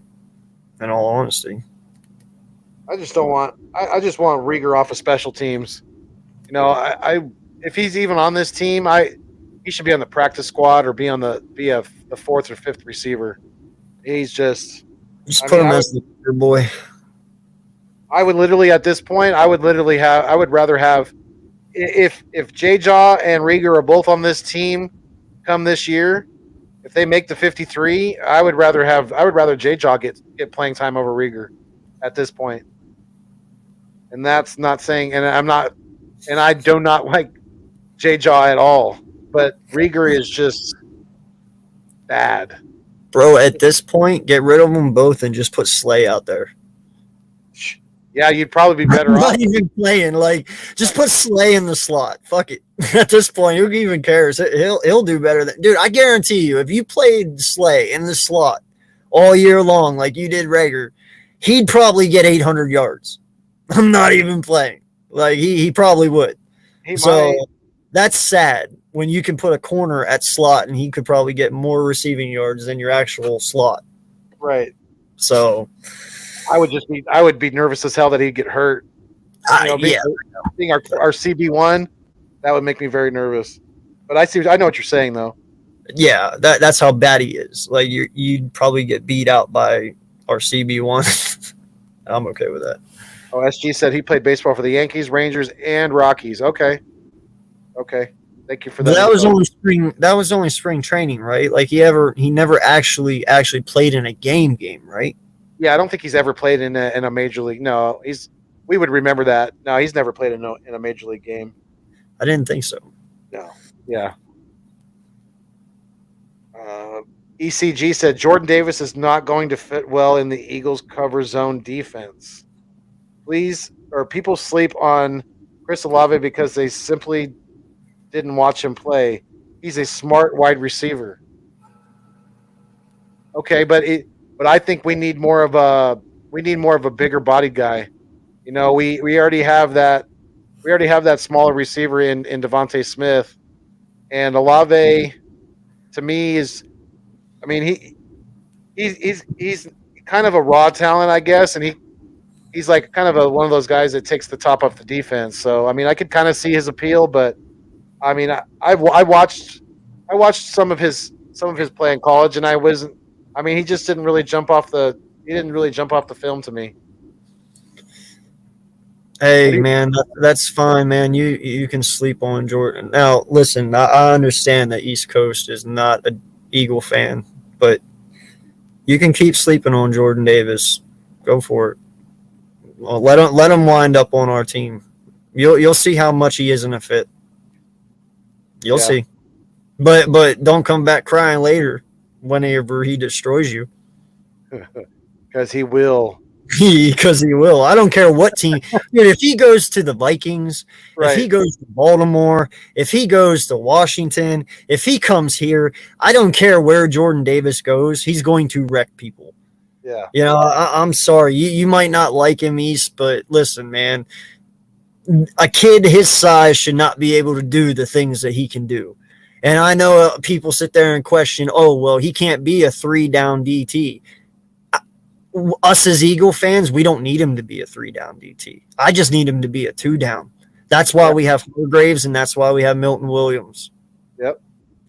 I don't need him to be out there all 3 downs. I just need him to be out there on 3rd and 4th when it matters most. Right. We don't need him to be an Aaron Donald. No. You know, we don't. But can he? Is he going to be that? He may not be. He may not put up the stats that a Micah Parsons did. But I think he's that type of player that he's going to hit the ground running a lot like Micah Parsons did. He's NFL ready. He's going to be a force to reckon with. You know, they're going to have to decide who they're going to double team between him and whoever he's playing next to. If we take him, he's going to be playing next to Javon Hargrave, and they probably are going to be double teaming him. So he's going to have probably a lot of one-on-one matchups that he's going to be able to take advantage of. And listen, I'm not looking for this kid to come out and get 10 sacks a year. I'm not looking at Jordan Davis to come out and get 12 sacks a year. If he gets 2 sacks, I'm okay with it because guess what? This kid is not a sack machine. He's a run-stuffing machine. That is what he does. And if you look at our defense, we need run stuffers right now because we got our asses trampled last year. They clapped our butt cheeks on the run game. I ain't even going to play. Like, we got clapped. All right. Jordan Davis stops that. That is why I say he needs to be on this team. It's not about sacks for me. It really isn't. Just saying. That's what our edges are for. That's what other people are for. Jordan Davis alone is your run-stopping technician. That is what he's to do. Yeah, that's his forte. That's what his bread and butter is. Yes. That's what he's going to make millions of dollars doing in the NFL. And if we can shore up the middle of that line with a run stopper, that's going to alleviate the pressure off of our linebacking core that much more. Because then they don't have to worry about them busting through at full speed and having a tackle guy coming barreling down at you at full speed when you're barely at half speed. So it's push that guy back. I mean, that's like having a Jordan Mailata on the defensive line. You know what I'm saying? Like, good luck trying to push that guy back. Yeah, and we're gonna need, even outside, let alone outside of our division, in the conference. There's good running backs. We're gonna play the Colts next year, and they got one of the best running backs in the game. You know, Green Bay, right? And they got AJ Dillon and Jones. Two great halfbacks. Yeah, we got. There's running backs that we're gonna have to worry about. Even outside of our division, and in our division, we got a pretty good stable of running backs as well. So, Pollard, Elliott, Saquon, Gibson. No, he went. And is Gibson? No. Shit, who is Washington's? They got the other guy back. They got shit. His name is escaping me. I should know this. I really should. My brother would be punching me in the face right now. Right? Oh, my God. Anyway, it doesn't matter. It's Washington. Right? Who cares? It is Gibson. Yeah, Antonio Gibson. And they got McKissick, too, as well. Oh, I think he's gone, isn't he? Is he gone? J.D. McKissick, did he leave? I think he did leave during free agency, I'm pretty sure. Okay. I don't know. His wiki still says football team. Oh, it does? Okay. Is it Gibson the one that left? No, Gibson's still there. Oh, he's still there too. It don't Yeah, so matter. they didn't improve their running back position at all, really. I mean, so, but I mean, they're still formidable. They're still formidable guys that can, run the ball at a decent clip. Yeah. But yeah, I mean, Jordan Davis would be a great fit for us. In my opinion, I know you feel the same way. Anton said, "Do you think any of these wide receivers are head and shoulders above the rest of them? Anyone really stand out?" I agree with AK. We shouldn't force a wide receiver pick. Yeah. Well, I mean, is there one that stands out to you, AK? Yeah. Yeah. Listen, he's a second rounder. I've said it and I'm going to keep saying it. I believe Watson's going to be the best wide receiver out of everyone. I do. Listen, this kid went to North Dakota State. We all know what North Dakota State is. It's a small school. And they were wondering how this kid was going to translate during, senior week and all that up against the top people, top corners. And you know what? He didn't disappoint. They couldn't stop him. Seriously.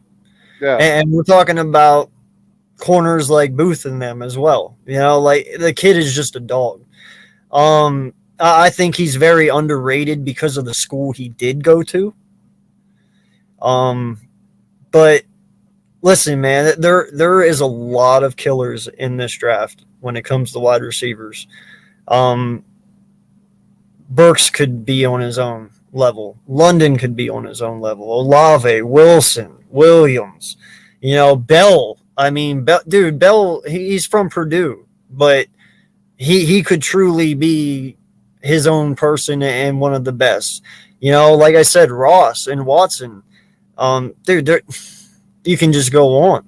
But if I'm the Eagles, man,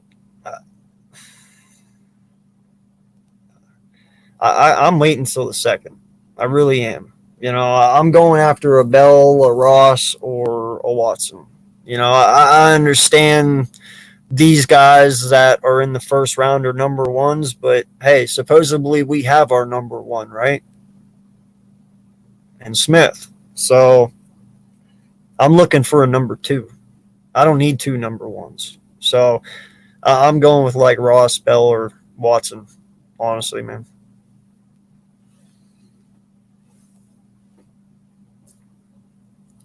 Okay.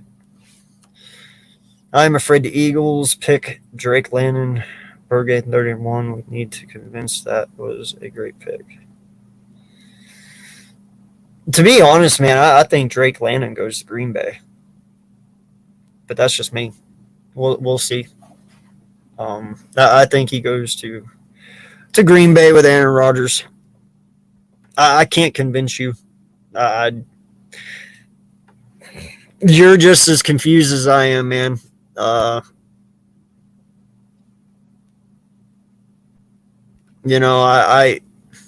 We can all sit here and wonder where Howie's going to go. We can all sit here and guess, but only Howie knows where Howie's going. But I can't convince you, man. If they pick him, I'm not going to be mad about it. He is a big body receiver. That is something that we need. But I don't know, man. I'm worried. I won't lie. I am very worried. I've been preparing for the letdown since he met with the Eagles from his computer, honestly. Oh, you're talking about Matthew? Yeah. That does seem a little bad that, he's not willing to come here and meet face to face, but I don't know. I don't read too much into it. We'll see, man. The one thing that Honey Badger has to look at is if you go to the Saints, do you win there? Maybe not this year, but next year, do you win? Pittsburgh, I guess, is supposedly in it. Do you win there? Maybe. They got a great defense. You got to see what Mitchell Trubisky brings to that offense. But, you know, can you win in Pittsburgh? Yeah. Can you win in Oakland? Or, wow, I said Oakland. Las Vegas? Yeah. But it's where he's comfortable. It's where he fits in. And, you know, only he knows that. So, I don't know, man. I just don't think he makes a comment today on that tweet like he did if he wasn't going to come here. I really don't. Because why would you care? You know what I mean? Like, if I'm going somewhere else, if I'm going to go to the Saints and an Eagle fan tweets that out, why would I care? I don't care what you think. I'm not playing for you.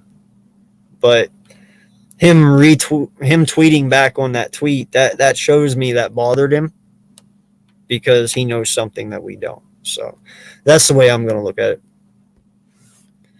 Did you guys like Waterworld? Yes. Great movie by Kevin Costner as well. I don't think there's really one Kevin Costner movie I don't like, to be honest. You know, I'm a big Nicolas Cage fan. I love Nicolas Cage. I like Bruce Willis, Keanu Reeves, you know, stuff like that. But yeah, no, Waterworld was really good.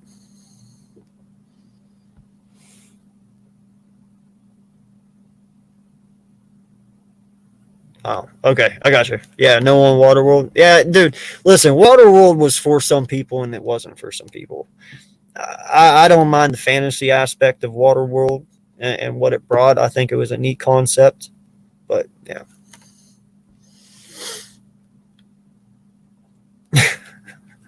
Talking about Joey.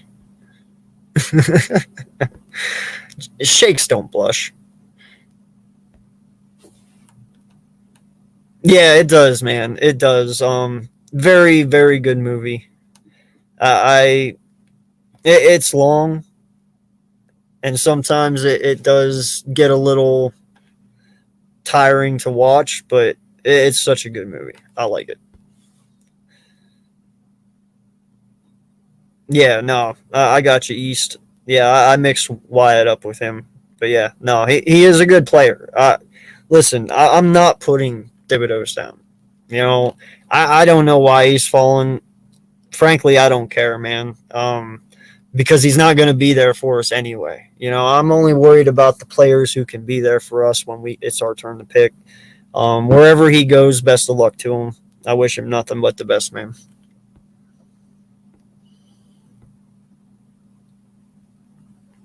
$11 likes. Appreciate that, everyone. Thank you so much.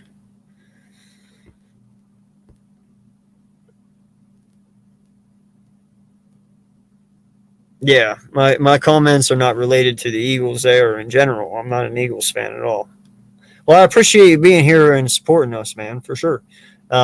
Listen, it's all opinion-based, man. We do the same thing, you know. Your opinions are yours, mine are mine. Foothills is Foothills. But, you know, we're not always going to agree. But what you see in some people, I see different, and he'll see different. Everyone does. But, you know, that's what makes football great. Because you're going to have different sides to everything from everyone.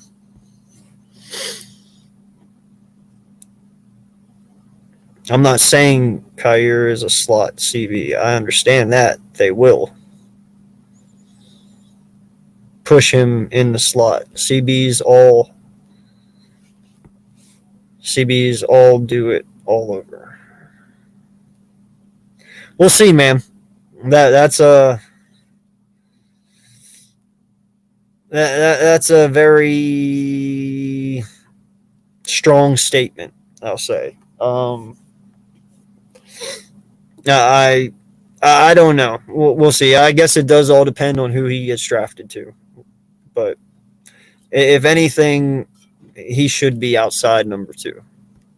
Yes, DJ Moore.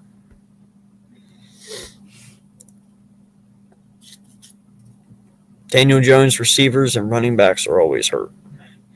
Well, your running backs are always hurt because your line sucks. And you can only take so much punishment before your body gives out. And Daniel Jones receivers, well, You guys are the dipshits that paid Galladay $72 million. That's not our fault. Should have never paid him $72 million. But that's a lesson you had to learn, and now you learn it. But I can't put all of the receivers' downfalls last year on the receivers, because there's not much you can do whenever your receivers run the same route over and over and over. I mean, when you got three wide receivers running comebacks, what are you going to do? You know, that's literally all the Giants did all year long were comebacks under Garrett. And that's why Garrett got fired. Like, dude, I've talked to Giant content creators. You know, I got plenty of friends who are. And listen, that offense was atrocious. Whether or not they had a line or not, Garrett and them, they were all just really bad at calling plays. So I don't put it all on their receivers, but still, Galladay was not a $72 million wide receiver. Y'all overpaid for him, and that's your fault. You know, I mean, grossly overpaid for him. Grossly. Yeah. So I mean, listen, you paid $72 million for 0 touchdowns. That's on y'all. That is totally on y'all. I said it was a bad idea the moment y'all picked him up for 72. I went on Joel's channel, I believe. I said, "Are y'all stupid?" Like, I'm not, man. I know that, dude. That's none crazy. of the wide receivers scored a single touchdown all year. None of them. None. Oh, Wayne Johnson had more touchdowns than all the wide receivers on the Giants. I'm not playing. You paid $72 million for a guy that had 0 touchdowns, and our right tackle had more touchdowns than your $72 million wide receiver. Think about it, man. That's bad. That's really, really, really, really, really, really bad. That's pretty sad. Yeah, that is. And then you spend a first-round pick on Kadarius Toney and don't even fucking use him. You took the words out of my mouth. I was about to say that. Yep. That's stupid. You waited till half the year to use him. You know why they got injured? You know why the receivers didn't have a single touchdown? Because Daniel Jones. That's why. Danny Pesos. That's why they had no touchdowns. It's your quarterback, y'all. That's what you got to fix. The Giants. You guys aren't going to go anywhere until you get a new quarterback. Mark my words. You're not going anywhere. And that's not an Eagles fan. That's a football. That's someone who knows football saying, I know that guy cannot be a successful quarterback in the NFL. No, dude, you're wrong. Daniel Jones is a Hall of Famer. Let him keep him. He's a Hall of Famer. Let him stay. Jesus. What's he going to hit that 4th year? He's going to have that 4th year or that 5th year come out. Yeah, right. Help me help you. Help me help you. He's a Hall of Fame quarterback. Yeah, I don't know about that one. I think AK. No, I'm saying I want them to keep him. The longer they keep Daniel Jones, the better it is for us. So you guys keep doing what you're doing, and we'll do what we do, and we'll see who comes out on top. That's all I got to say. Because it sure as hell ain't going to be y'all. Because, I mean, I'm not high on Carson Wentz at this point. But I think the Commanders have 2 quarterbacks that are better than Daniel Jones. Taylor Heineke is better, in my opinion, than Daniel Jones. That's not what I stopped and looked at you for. I was actually thinking of Carson Wentz on this one. I have to think about it. So hold on. Yeah, he is because he had way more. His stats were way better than Daniel Jones. So yeah. And like you said, it's not like Daniel Jones didn't have weapons. He had weapons. He had a good tight end too. So I don't want to hear it. I don't want to hear it. Who, Ingram or Rudolph? I mean, both of them are decent enough to where he could have been successful. Ingram trash. Yeah, he definitely has not panned out like they thought he was going to be. Rudolph is on the back 9 of his career, so he's not anything to bank on in the future because he's going to be short term. So, I mean, the Giants have probably just as many, or if not more, holes than we do. So, oh yes, 100%, man. Listen, they need linebackers, they need defensive ends, they need defensive tackles. They might need a corner. All depends on what happens to Bradbury. Actually, they do need corners. They need safeties. They need wide receivers. They need offensive linemen. They might need a halfback. They need tight ends. It's like, have you noticed when you do the mock drafts for the Texans, it says every position? Yeah. Poor Dante, man. Coach Dante, we love you. Yes. Much love out to you, sir. Right. I haven't seen him in the chat tonight, but he's a good friend of ours. He's he's in here as well. He's just down a little bit. He's in here. Is he? Okay. Yeah. Cool. Well, shout out to Coach Dante. Thank you for being here, Coach. Appreciate you. Yep. Shout out to the 15 in the chat, man. Appreciate you guys for coming in. Seriously, on the road to 1K. Please hit that like button. Please hit that subscribe for both of our channels. It goes a long way. It helps get our content out there. Appreciate everyone for coming in on their Friday and hanging out with us. And we will keep this rocking as long as y'all are in here. I have nothing to do tonight. I can stay up until the cows come home, which I don't live on a farm, so that means forever. So let's do this. Right? Jordan Love will cook you in football. Huh? Or, I don't know. Jordan, maybe I don't know. I don't get it. Listen, whether you Eagle _ Slayer 95 said, listen, whether you are a casual Eagle fan, a toxic Eagle fan, or a loyal diehard fan, they would all agree Rieger being better off the team, period. LOL. Yeah. Yeah. If you're holding on hopes for that guy, I'm sorry. He had many opportunities last year to break through, and he didn't. So, he catches one of those balls to beat the Giants. Those ones that Hurts literally put on the spot that he should have caught. He didn't. So, you know who Rager reminds me of, bro? Who's that? Clifford Franklin from The Replacements. Remember the dude that couldn't catch a Twinkie? Yeah.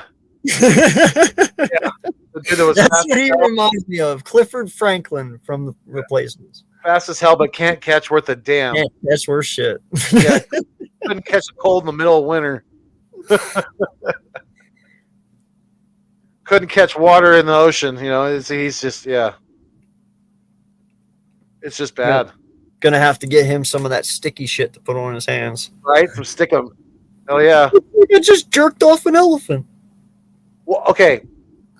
Knicks all day. Who's going to throw him the ball, though? And even if he's not going to catch it, you guys can have him if you want him. You guys can have him. Who do I get back in return? Right? Can I have Tony? Yeah, you give me Tony. That's we'll do that. Give me Tony. I'll give you Rager. Right? I mean, if you want him that bad, they could probably give me their second string linebacker for Rager, and I'll take it. You know what? Give me Ojulari. I'll take Ojulari for Rager. Give me Ojulari. Yeah. That sounds like a drink, too. Let me get a large Ojulari. Like an OJ alcoholic drink. What's going on, Coach? There's Coach Dante. What up, man? Yes, sir. What's up, Coach? The Eagles don't know how to use Rieger. Rieger doesn't know how to use Rieger. That's the problem. It's not about us. It's about Rieger not knowing how to use Rieger. Well, then you don't know how to use a fucking person on your team at all. Like, if you're going to come at us with that, like, then You don't know how what to use you don't Saquon, know how to use your offensive linemen, your quarterback, your halfback, your wide receivers, your defensive line, your all, like, seriously? Come on now. Your coach doesn't know how to use himself. Your former coach. Jordan Davis is my top D lineman. That's good. Yeah, Glad to hear that. He should be. Yes, sir, Coach. Salute to the chat. East Coast Gridiron said, "Go to my channel. We had nothing but good things to say about him, but he is not a sexy defensive tackle. He needs to be in a scheme that will help his skill set." Yeah, I think our scheme will. I think it will. He's one of those players. He's kind of plug and play. SG, I know that Russell Wilson did spring training. Oh, he's still talking about Russell Wilson. I had a history project about the. Okay, cool. Right on, SG. Thank you for being here, youngster. Appreciate you. The Giants are. No, they're not. No, they're not. You're capping now. You're just being a Giant fan at this point. Right. You're hoping and wishing. Yeah. And hoping. And if you grab Jordan Davis, Knicks, all right, I'm just going to put it this way. If you grab Jordan Davis as the Giants, you guys already failed. Because that is not what you need. Okay? You got a lot of other holes to fill other than defensive line. Your first two picks better be offensive linemen. Because if not, how you winning? I know you guys got offensive linemen in free agency, but you need more than that, dude. Yeah, I agree. A lot more than that. East Coast Gridiron said Jordan Davis is a disruptor, not a 100 tackle defensive tackle or a sack artist. Just makes players around him better. What's wrong with that? Yeah. What is wrong with that? There's nothing wrong with that, dude.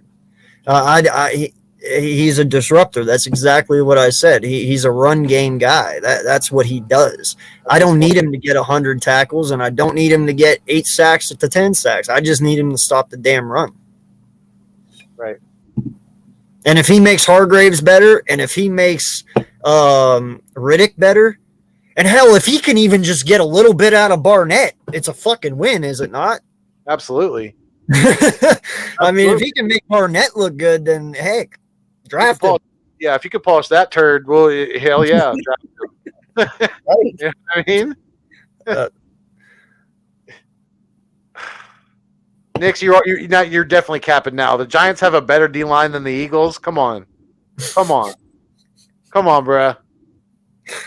Really, we're getting BG back. We still got Fletcher Cox. We got Javon Hargraves. Absolutely busted out on the scene last year. You know, we got Milton Williams, Teron Jackson.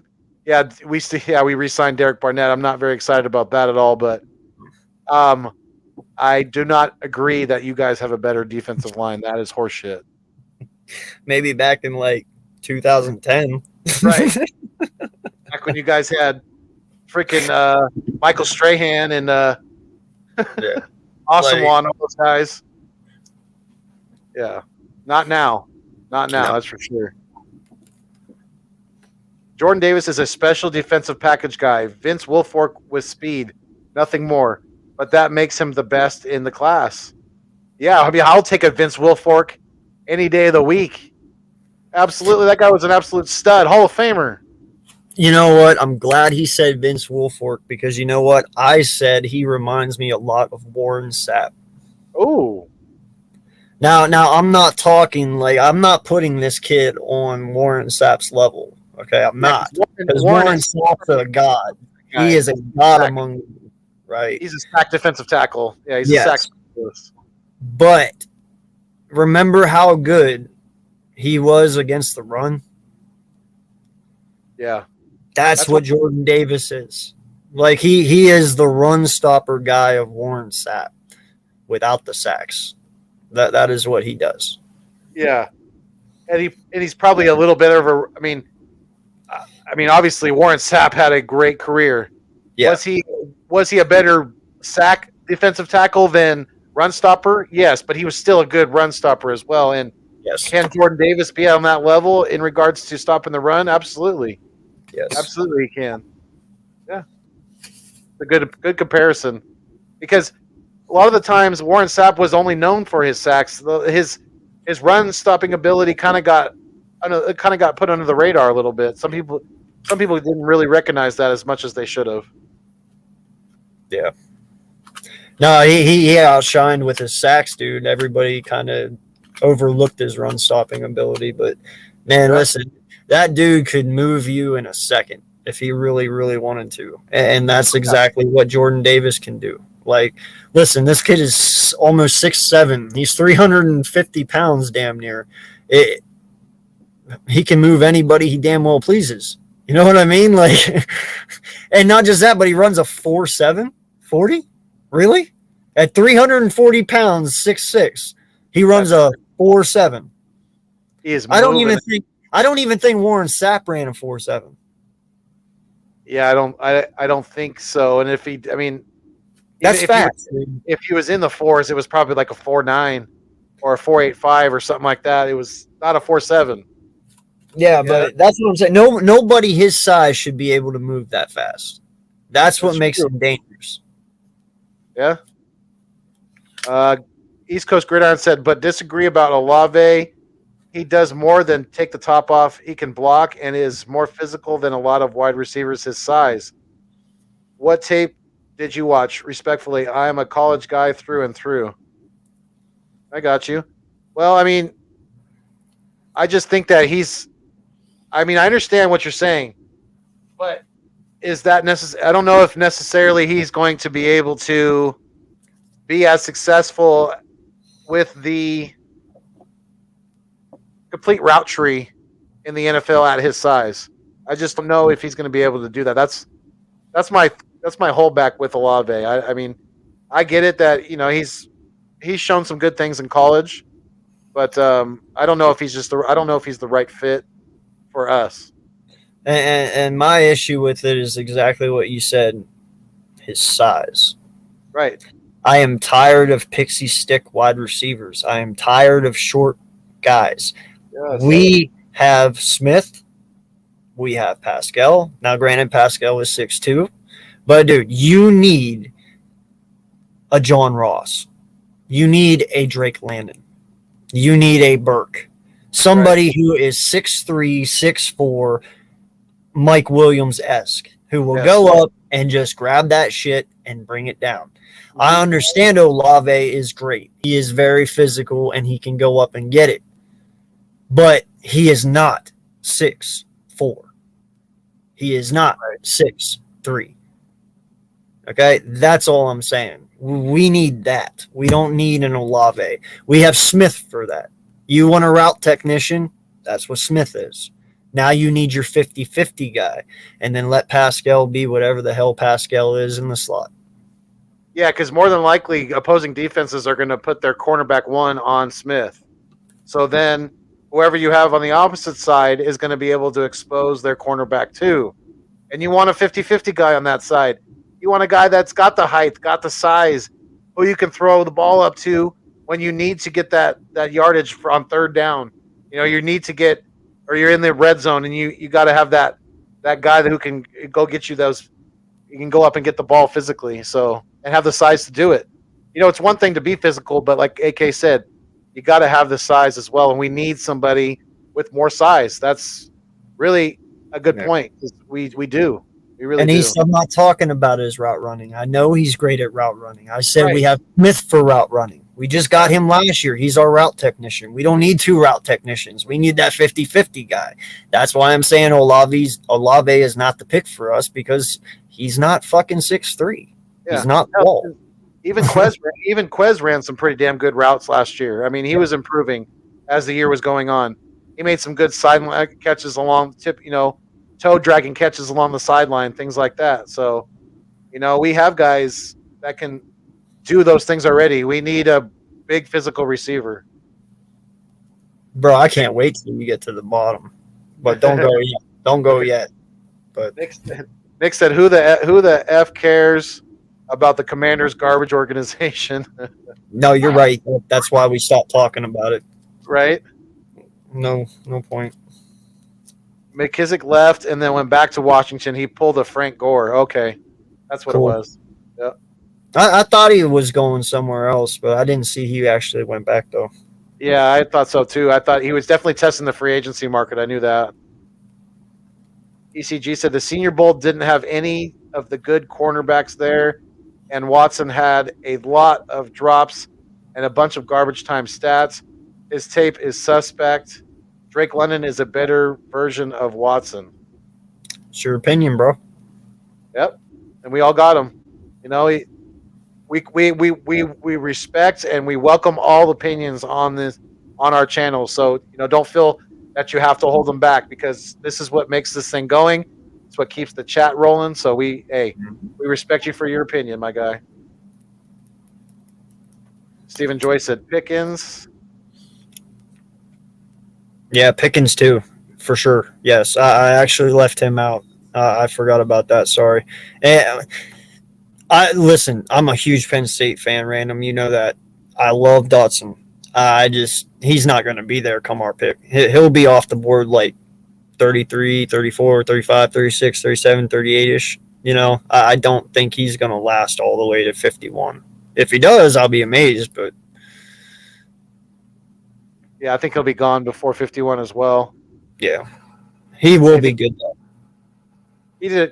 Watson did pretty damn good on his pro day, so I think that's gonna help him come draft day, when his number is called. John Doe, what's going on, John? He said trade Hurts to Carolina. Hurts to Carolina. Wow. Can I ask for who? Right, for who? For Sam Darnold? No, absolutely not. Who are we getting back in return from Carolina? I would like to know that as well. I don't want a quarterback. I'll tell you that. Not from there. They got nobody that we want. Absolutely. Eagles _ Slayer95 said, I don't think he cares about winning. If he goes back to his home in NOLA, he already has a ring and he's rich. He don't give a F. He's talking about Honey Badger, right? Yeah, I can't say that though, man, because you know what? There's one thing I've learned about these guys. One is not good enough. Right. I mean, once you've had one ring, you want more. I mean, look at us. We won one Super Bowl, and now everybody's losing their shit trying to get back there. That's all it is about, and it is about winning. And the fact that he's 29 and he's getting towards the end of his career, he wants to win. I mean, hell, look what the Rams did this past season. They brought Eric Weddle out of retirement just so he could win a Super Bowl. Right. That's ridiculous. Eric freaking Weddle. Yeah. You know what I mean? So I can't say that. I get he's rich, but trust me, man, these players want that ring more. They really, really do. I don't know if you've seen it yet, but Sam Bradford's in a new AT&T commercial and they're talking about trading in your phone. Have you seen that one? No.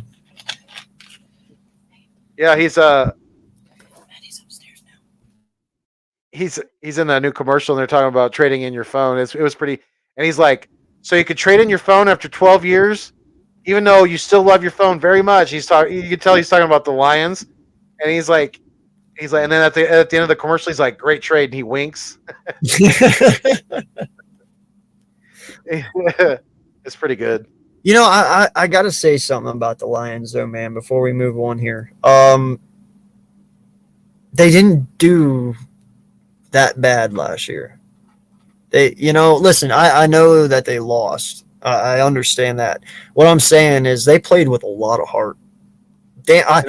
I didn't give Dan Campbell enough credit last year. You knew I was talking about Matthew Stafford. I said Sam Bradford, but I was talking about Matthew Stafford. You knew what I was talking about, 'cause you said the Lions. Yeah, I knew what I was talking about. Yeah.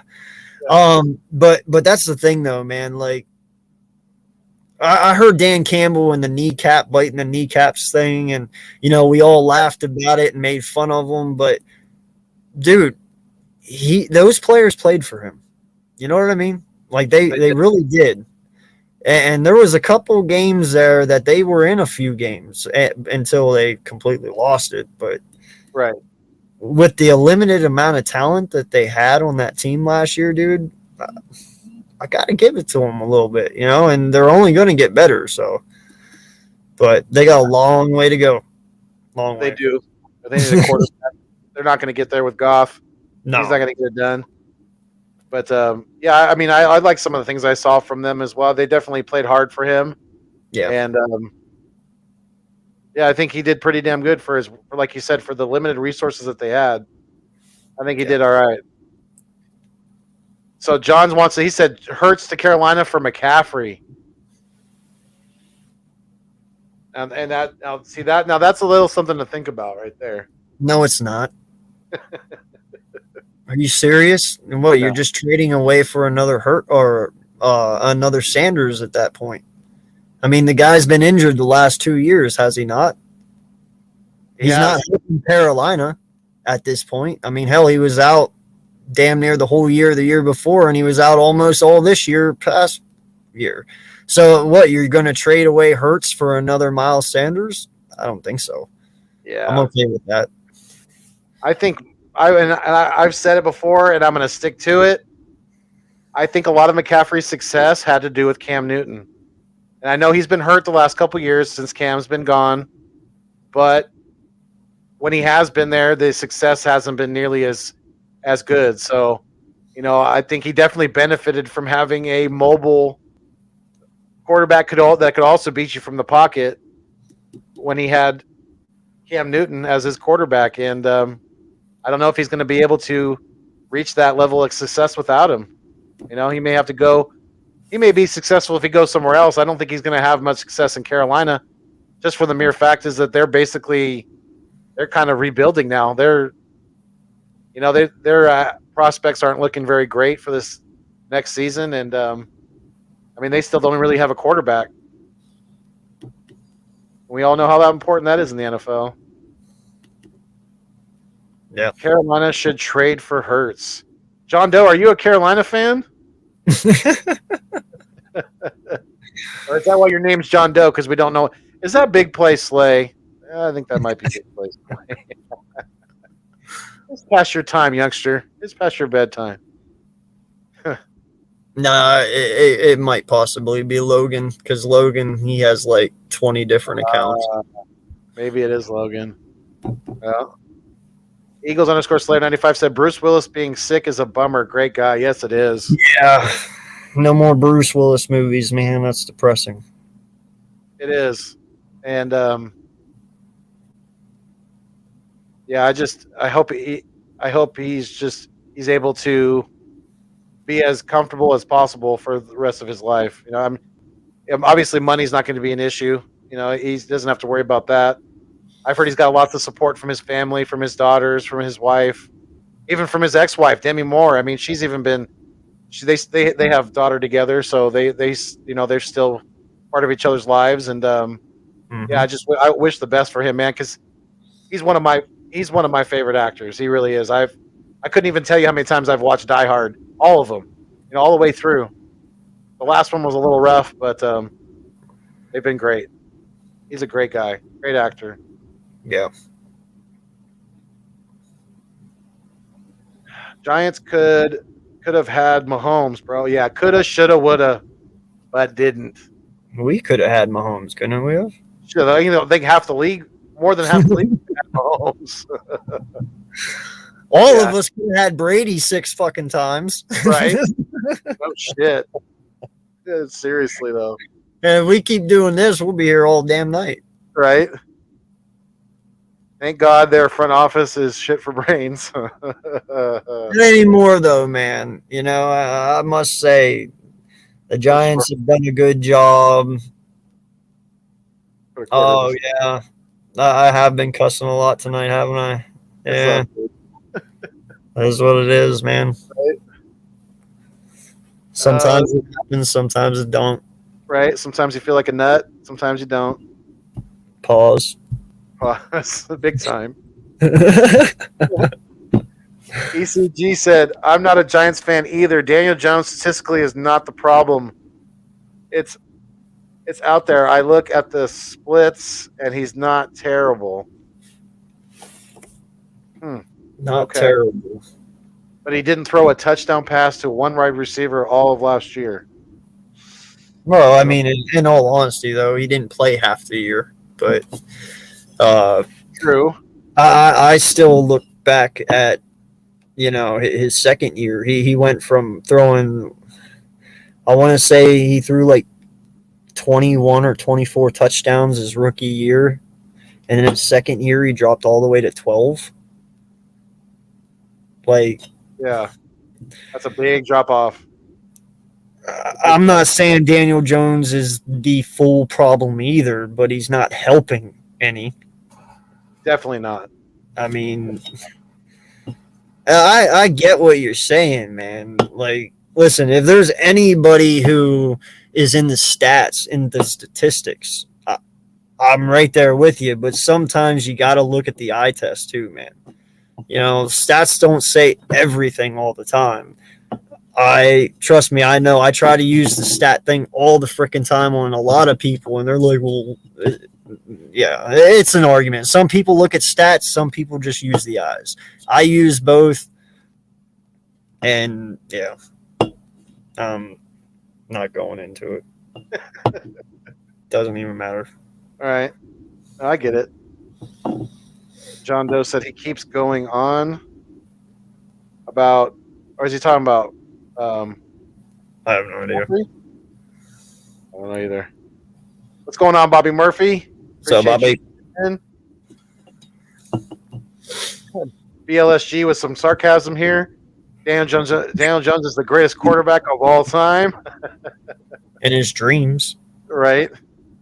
Giants fans bang Dolphins. Just ask Entertainer talking sports.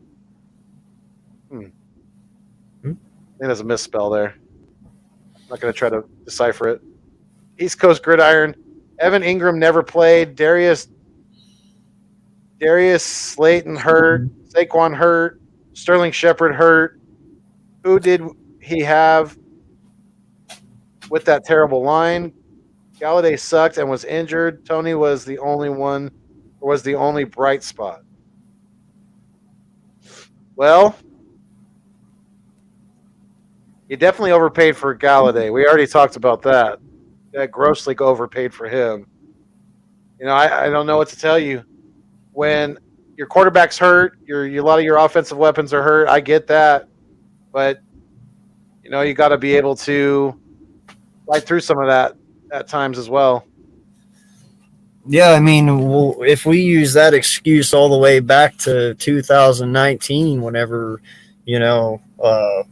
Carson Wentz made the playoffs with that shitty ass team that we had, you could say the same thing about him. Everyone in our offensive line was hurt. Deshaun Jackson was out. Alshon Jeffries was out.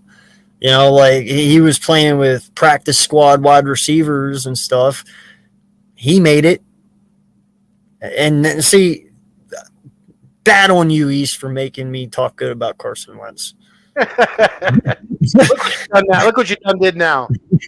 but that's my point. I mean, listen, you can't control who gets hurt. I understand that.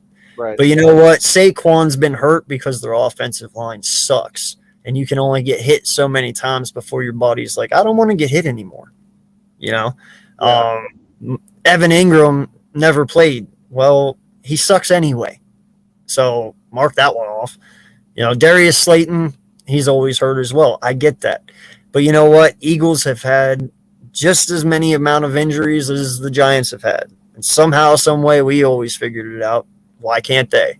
Has nothing to do with... Listen, I understand it takes everyone to collectively suck as a whole. Okay? And that's what the Giants did. But Daniel Jones does not get a pass just because everyone else sucked collectively as well. He had to be a part of it. Now, granted, like I said, he was injured. He was out for like half of this year. But that's also because that line was trash. Right. Ultimately, that's what it's all about. Their line just sucks. Yeah, that's why Daniel Jones got hurt because their Yeah. line is bad. That's Well, I mean, let's be honest. He got hurt because the dude tried to play hero ball and run into the end zone right before halftime, wasn't it? And he got his neck ripped off his shoulders. And that's right. Yeah. True. He's playing a little recklessly there. Yeah. That's right. I forgot about that. Bobby Murphy wants us to drop the link. Maybe, Bobby. We'll see. Let's get through the comments first. But yes, Right. we should get to. Rich EFC's hoping for an 8-hour plus stream. Holding on hopes and not afraid to admit that. Oh, boy. Bobby said, bring me on. Let's go. Shit, sorry. My bad. You're good. No, you're good. I meant to hit another button. No worries, brother. Nick said the Eagles don't know how to use Rieger. Rieger doesn't know how to use Rieger. I'm going to keep saying that. I still don't know how the F we lost the first Giants game. Yeah, that was the one that Jalen Hurts. Jalen Hurts threw 3 picks, I think. In that, Pooped the bed on that one, man. Yeah. He really pooped it. Yeah, he did. That's how we lost because Jalen Hurts played like shit. Yeah. Plain and simple. That game I'll put on him. Yeah. I will put Rieger on special teams with the Giants. So go ahead, please. Please do. That's where he needs to be because he is special. Yep. He rode the special teams bus to school. Make sure you put a leather helmet on that kid while you're at it too. He needs to be wrapped up in bubbles like the kid from Little Giants. Little Giants, yeah. Does he blow snot bubbles out his nose too? Right. Don't be talking about my mama. Yo, I love it. There it is. Now I gotta go watch that movie, dude. Right. The Giants would not trade Ojulari. What position does he play? Linebacker? Defensive end. Defensive end. Okay. Gotcha. I mean, knowing the Giants making stupid moves, they might just trade him. Slayer95 said Rieger's more worried about fighting fans in the DMs about screwing them in their fantasy. Yeah, he is. Yep. Yeah. That's kind of the same problem that Nelson Aguilar had, not being able to let letting social media get to him, get in his head. Guys like that, they shouldn't be anywhere near social media. If they're already lacking, if they're somewhat lacking self-confidence or anything, if they're sensitive, they shouldn't be anywhere near that stuff because it's only going to be bad news for them. I ain't gonna lie, bro. If I was famous like them, I wouldn't be on anything. Right? You wouldn't know who my wife is. You would not know if I had kids because I would not be posting nothing. I wouldn't have Facebook, Twitter, TikTok, any of it. Nothing. You would not see me anywhere. I'd be like Eminem, dude. Like you want to know who I am, you better jump my fence. But if you jump my fence, you're probably getting messed up. No one would know anything about me. I wouldn't let it. I wouldn't, because that's how your life gets messed up, or that's how your life gets way too big and hyped up. I just want to keep calm, not say a word, Keep that circle small. Yeah. Because if you don't say nothing, then they have nothing to come back at you for. You know what I mean? Right. Yeah. Yep. You just, you live under the radar. Nick's all day said the Giants will be better than the Eagles in years to come. Hey, right there. Read the last 3 words. Years to come. Yeah. Yes. At some point, in 2053, the Giants might be better than the Eagles. Yeah. I wasn't going to go that far, but years to come. Yeah, there we go. You're right there. We'll agree with that. Maybe 7 to 10 years, but okay, that's being generous. Yeah. I got to be SG careful. Wales is in here. I don't want to disappoint my man. Right. Let's Oh, go. SG said, "All right, fellas, I'm going to head out. Have a great night." Hey, YouTube youngster, we appreciate you being here, being such a great loyal subscriber and viewer of the channel, both the channels of all the content. We really appreciate it, my guy. Have a good night. Get some good rest. Talk to you soon. Slayer95 said, Giants have had a SO line since 2014. Yeah. It's pretty true. It's pretty true. That's why, I mean, Eli was getting beat the hell up back there behind that line before he retired. That's why he probably could have played a couple more years. He was like, nah, I'm good. I'm gonna go do Monday Night Football with my brother instead. I watched that one time, bro. Never again. No, I'm telling you, bro, because I watched it one night. It was on a Monday Night Football game, I think. That's when they do it, right? On Monday night? Yeah. Dude, they had Phil Mickelson on. Oh, I God. love Phil Mickelson. Don't get me wrong. Excellent golfer. But they were talking about golf during a football game. Right. I don't want to watch that shit. I'm there to Right. watch football. I don't give a shit what Phil Mickelson did last weekend. You know, like, Yeah. so I was like, nah, I'm good. I'll just go to the regular programming. Yeah. Yep. Yeah, I agree with you. I wasn't super big on that either. I mean, it was like watching like a bad YouTube channel, kind of like, you know what I mean? It's like, oh, this is pretty rough. This is pretty rough. It's not. Yeah, they got their little. They throw in their little jokes here and there, but yeah, it's nothing to write home about. That's for sure. Supertage World. He said, "AK Jackson." One of my giant buddies. What's going on, Taj? Appreciate you being here. SG said Giants can't win without a true quarterback not named Daniel Jones. That's big facts. Hey, there's my cuz. That's my real cousin right there, Master No. That's my cousin in Colorado. Shout out to you, sir. Appreciate you sliding through. He's watching us on Twitch. So thank you. Appreciate that. We're trying to get that going more and more. So yes, sir. Yes, Thank you. And salute to you for your service. We appreciate you. He's a police officer in Colorado, so be safe, cuz. Always watch your back. Nobody else is going to. I love you, man. We both. That's my cousin. I don't know if I've told you, but we share the same birthday. The exact same. Told me that. I didn't know it was him, but the same day, same hospital, 1 hour apart. We just turned 40 last Friday.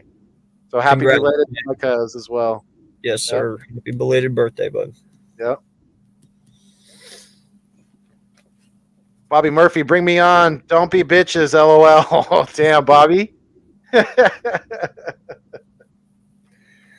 There he is as well. Oh, man.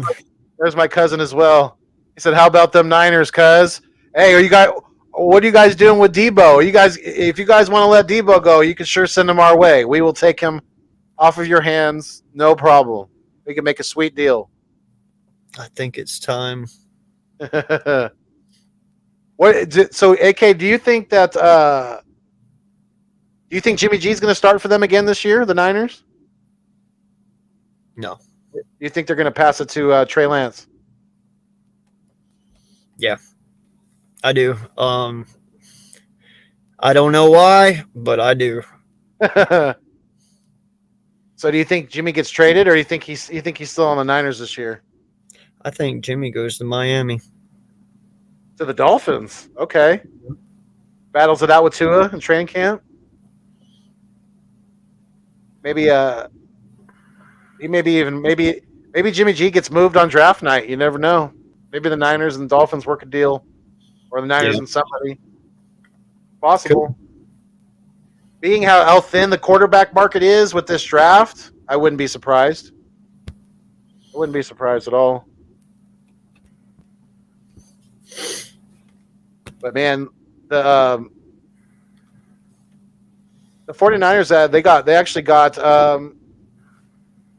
Hassan Ridgway went to the 49ers. So you guys got a pretty good defensive tackle, a good reserve guy there. Yeah, he's had a little bit of injury issues, but He's pretty good for the most part. Yeah, he didn't do bad for us. Yeah. As a rotation piece. Right. Definitely a good rotation guy. Yeah. Nick's all day. He said the Giants have Dexter Lawrence, Leonard Williams, Ojulari. Okay. Well, we got Fletcher Cox, Siobhan Hargrave, and Brandon Graham. And we got Milton Williams. Yeah, I'm not scared of that, sir. Yeah, I'm not either. Black Line said Vince Wilfork is a Hall of Famer. Yes, he is. And Bobby Murphy's out. God, couldn't even get to the comments. Holy crap. Right? That didn't last long. Vince will be a 1 to 2, or he's at 12. No, I don't know what you say. A first team ballot Hall of Famer. Jordan Davis is a Lodi Nadi type defensive tackle, or can be that. Okay, I'll take that too. I'll take a Lodi Nada. Yep. Beast in the middle. Nights all day from like an hour ago. We're trying to catch up with these comments. I'm sorry.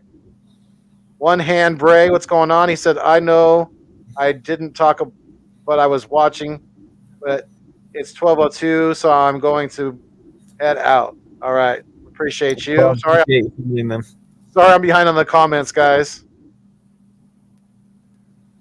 He's talking about Olave. Yeah. I get it. Yeah, we get it. Devontae Smith is not the best route runner. He is a technician down the field, always has been. Who cares about size if they can play? Oh, well, yeah, that's the one I was talking about. Devontae Smith is not the best route runner.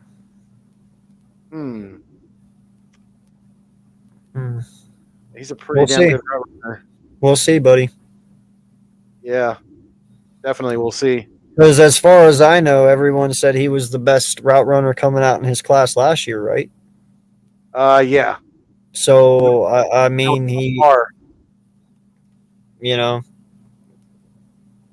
we'll see. We will. Respectfully, we will agree to disagree on that one. Yeah. Drew Johnson, what's going on? He said, yo. Nick's all day. Treylon Burks is the best wide receiver in the draft. I think he's one of the best. I do. I agree with that one. I would agree with that one. I think they're all going to bring something special to any team they go to. Whether it's Burks, whether it's Landon, Olave, Wilson, Williams, Watson, Bell, Ross, any of them, Pickens. I believe they're all going to be good. So you can't go wrong with any of them. They're all going to bring a different flavor to the dish. Yeah. Yep. ECG said Debo and Ayuk are not the biggest receivers. Brandon Cooks, Jalen Waddle, T. Higgins. Okay, T. Higgins is like 6'4", 6'3". What do you mean he's not big? Right. T. Higgins is fucking like 6'2" or 6'3", 6'4". I don't. The other guys, yes, are smaller. Debo is an exception to the rule because Debo can play running back. I mean, this guy is, and he's built like he may be shorter in stature, but he's built like a damn safety. I mean, or a linebacker. He is pretty damn cut for a wide receiver, and he looks for contact. He's looking to run over people as opposed to running out of bounds. Debo is on a whole nother level from everyone else. Debo is his own category. Okay, I don't even put Debo in with these guys you're naming right now. Like he's on a whole nother level, man. I love Debo. I really do. Yeah, he's definitely tier 1 wide receiver, hands down, in the league right now. Yeah, he's one of the best, if not the best. Well, I can't say the best. I mean, you got Cooper Kupp. You got Jefferson, and dude, I was amazed. Jamar Chase had 1,400 yards. I'll say this. Debo is the most versatile wide receiver in the league. I'll say that. I'd say he's in the top 5 or 6 for sure. 100%, top 5 or 6. Because there's not a lot of guys you can line up that can do the things that he can do. That can play running back, can line up in the inside, can line up on the outside. Yeah.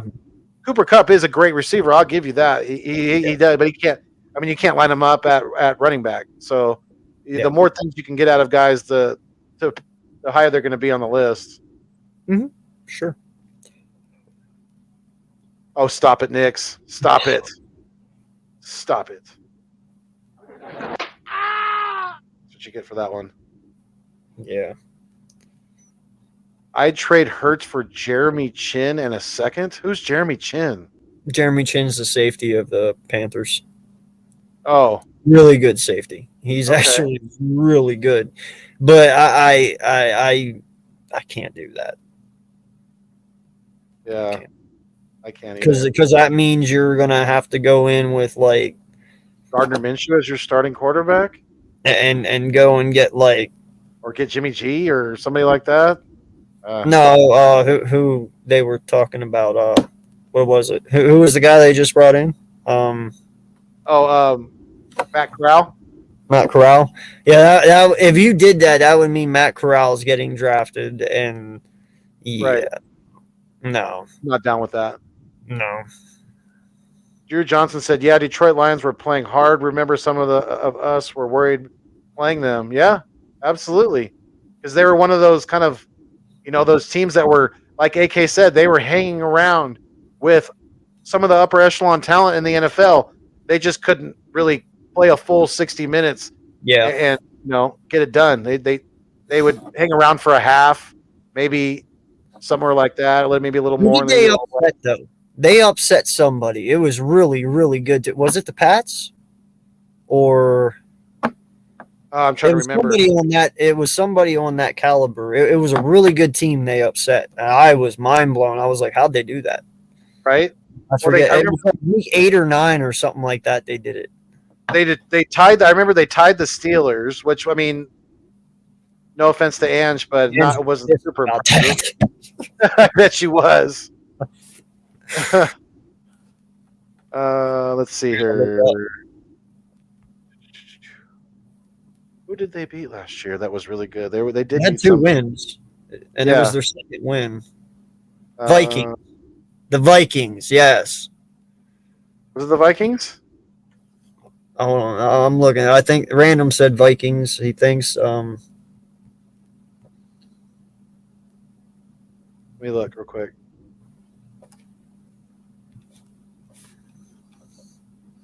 So they beat Atlanta 20-16. Right. That's who it was. They beat the Cardinals 30-12. The Cardinals. 30-12. And the Cardinals, I believe, were undefeated at that. I think that was their first loss of the season. Yeah, dude. The Cardinals. 30-12. Right? That's no.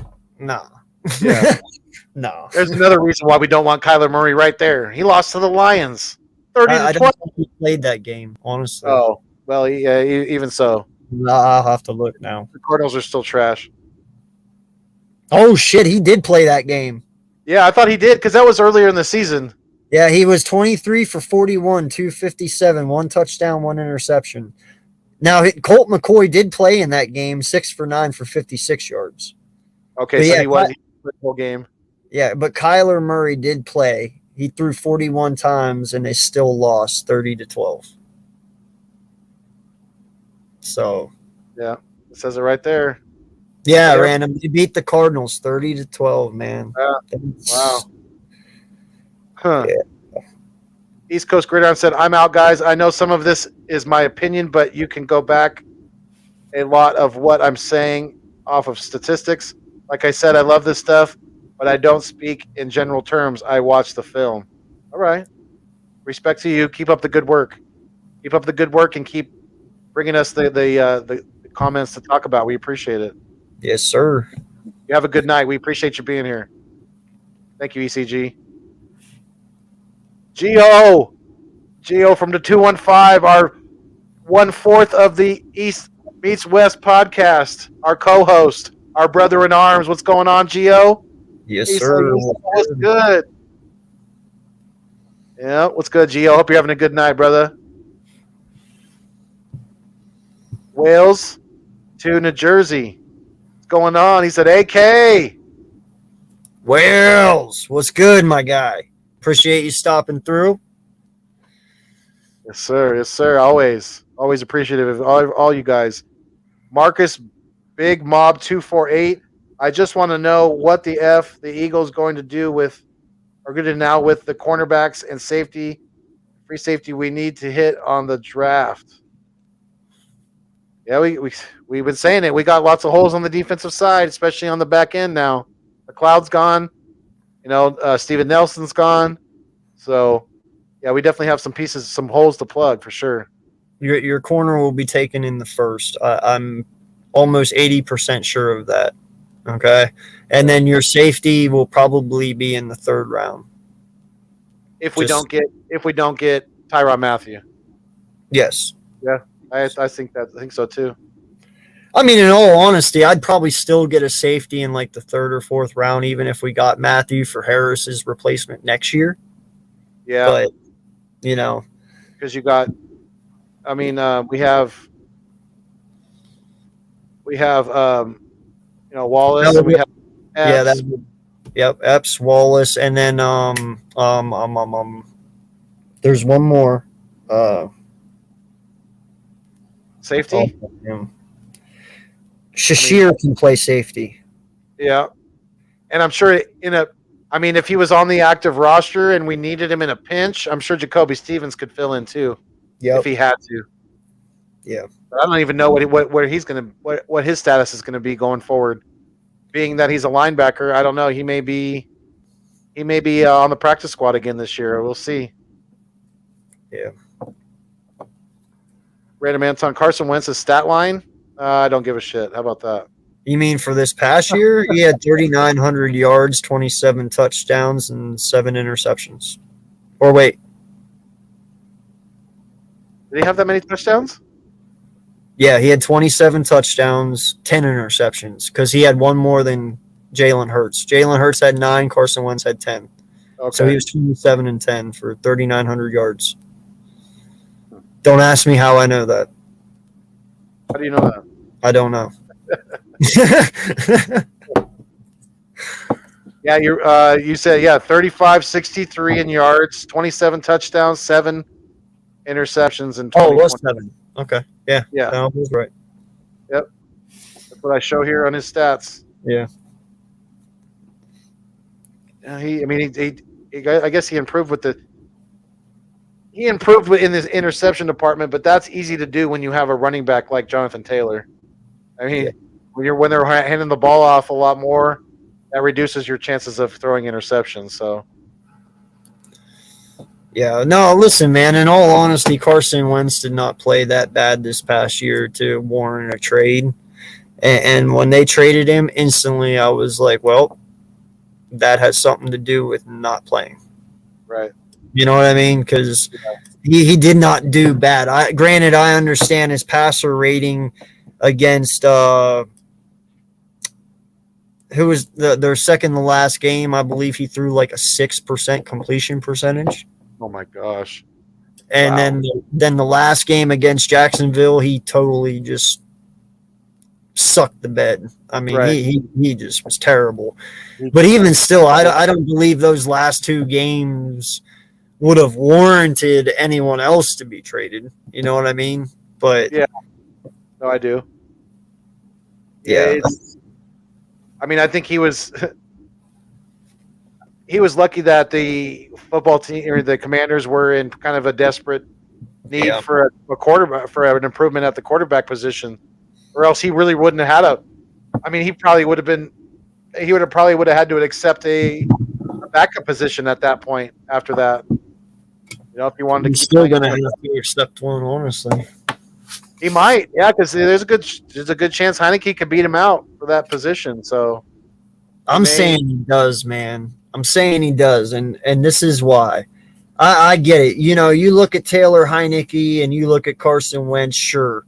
Okay, we can all sit here and probably say Carson Wentz is probably the more talented one out of both of them. He probably does have a slightly better arm.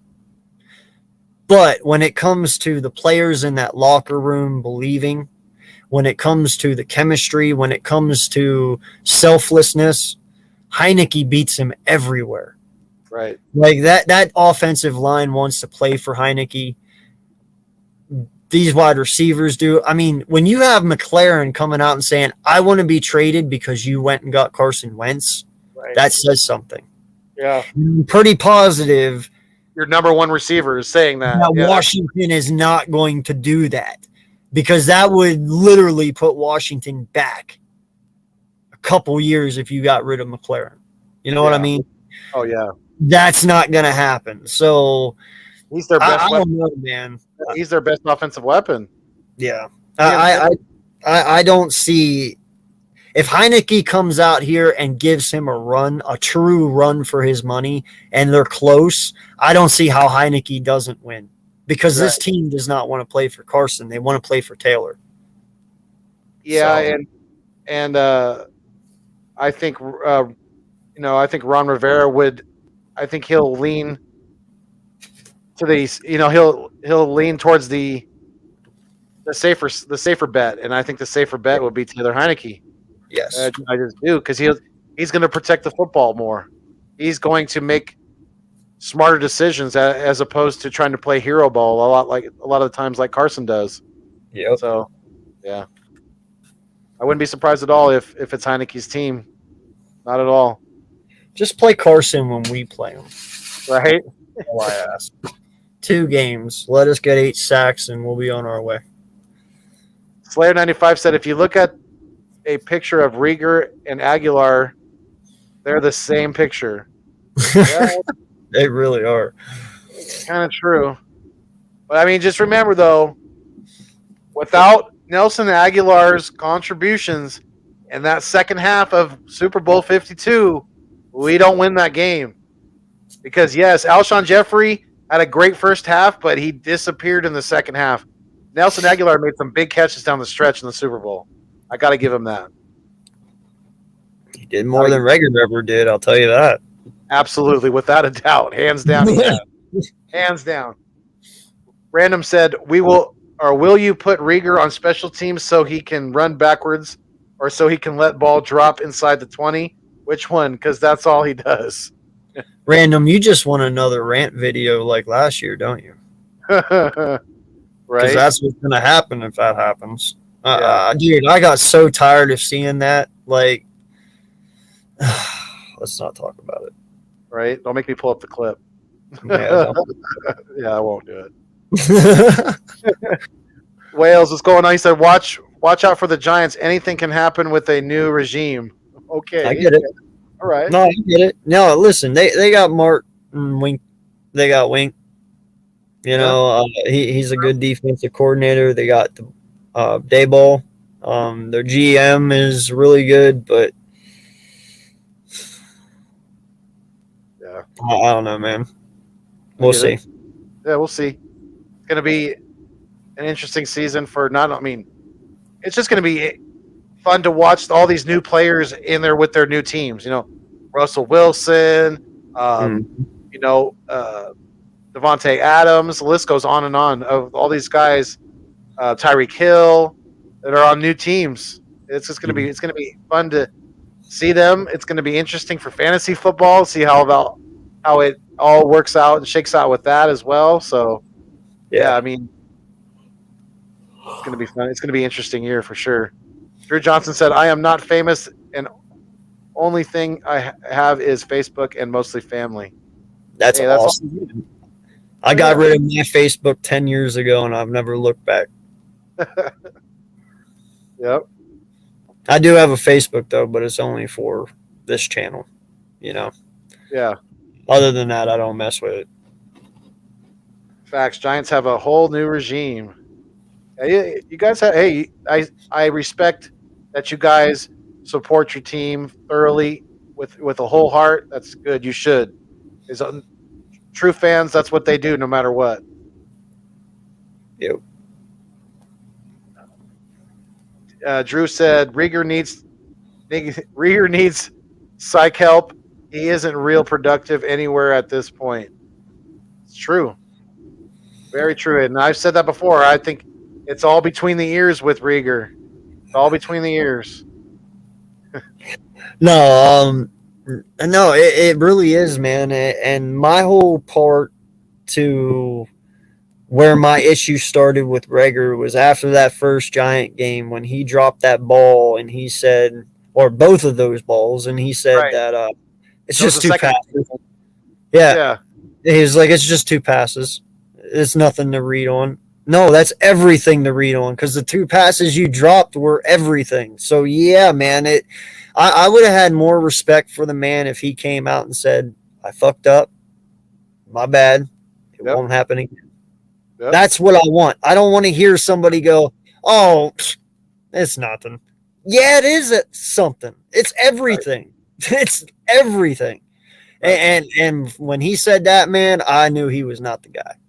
And I think in his head, he knew it was everything, but he was trying to downgrade it and trying to take some of the pressure off of himself, take some of the spotlight off of himself. And I agree with you. That's like the exact opposite of what I wanted to hear come out of his mouth. Yeah. What recently, it was Miles Sanders said that, I'm taking this year a little more personally. Mm-hmm. Shouldn't you have been taking it personally the whole time, Miles? You're a professional, right? You're getting paid a lot of money to do this damn thing. You should have been taking it personally from the beginning. Yeah. You should have been putting the full effort out from the beginning. And to hear him say that, that sours me even more about Miles, you know? I've always been behind Miles, and I hope he's actually being real this time because, like I said, if this kid comes out and he gets 1,300 yards and 8 touchdowns, you'll make me think about it. Yeah? You will. Yep. Yeah, the Cardinals, yeah. Oh, man. Yeah. They're old, huh? Yeah, they beat the Cardinals, dude. Yes. Yeah. And that alone is just... Right? Cameron Holmes, what's going on, Cameron? Cameron. Appreciate you being here. He said, what are the two positions they target in the first? I think corner is one, and I think either defensive end or defensive tackle is probably the other. What do you think, AK? You think it's probably the same? Listen, I will say Jordan Davis until this draft is done. But unfortunately, it's probably going to be CB wide receiver. The odds of us being patient till the second round to try and get Bell or Pickens or Watson is highly unlikely. I mean, unless we're probably all wrong. Watch, we're all going to be wrong. I would definitely, to answer Cameron's question, I would definitely prioritize cornerback over wide receiver because I think there is deeper wide receiver talent than there is corner. So, yeah, we need to strike on cornerback first. Definitely. Yeah, because once you get past Elam, man, the corners fall off pretty good. Yeah. You know, it's like a cliff almost. Yeah, so you kind of have to take a corner in the first. There is no ifs, ands, or buts about it. You know. Yeah. We need a CB too. We have to. We would be foolish not to at least seriously consider it. That's for sure. Drew Johnson said, "Don't F this draft up, Howie, but I am excited and can't wait. I know it's going to be a long next couple of weeks, but yeah, we'll get there. It's coming." I remember, we remember back in, January and February, we were like, oh my gosh, the draft's never going to get here, and now it's almost here. So just be a little. It's almost like when you go on vacation to the beach, and it's like a 4-hour drive that feels like it's 8 because you're so excited to get there, and then on the way home, the 4-hour drive's like only an hour, and you're like, what? Yeah. Home already? That's what this is like. Like, no lie, we've been sitting here talking about it, and it's slowing down each and every day. The longer the days get, the longer we talk about it. And you know what? The day the draft is, that 12 hours before the draft is going to feel like 48. Yeah. It's yeah. It's going to be It's going to be fun, though. Once it gets here, it's going to be fun. Oh yeah. Cameron said, "I'm scared for this draft." I think a lot of us are. A lot of us are keeping our nails real short because we're chewing them off, waiting for this damn thing to come down the pipeline. But it's coming though. It's going to be here before you know it. Yeah. Random agrees with us. He said, "I'd go with corner first personally." Yep. It's a good choice. Slayer 95 said Carson Wentz will be benched for Heineke by week 10. I think that's being generous. I don't even think Wentz makes it to week 10. I don't. Oh.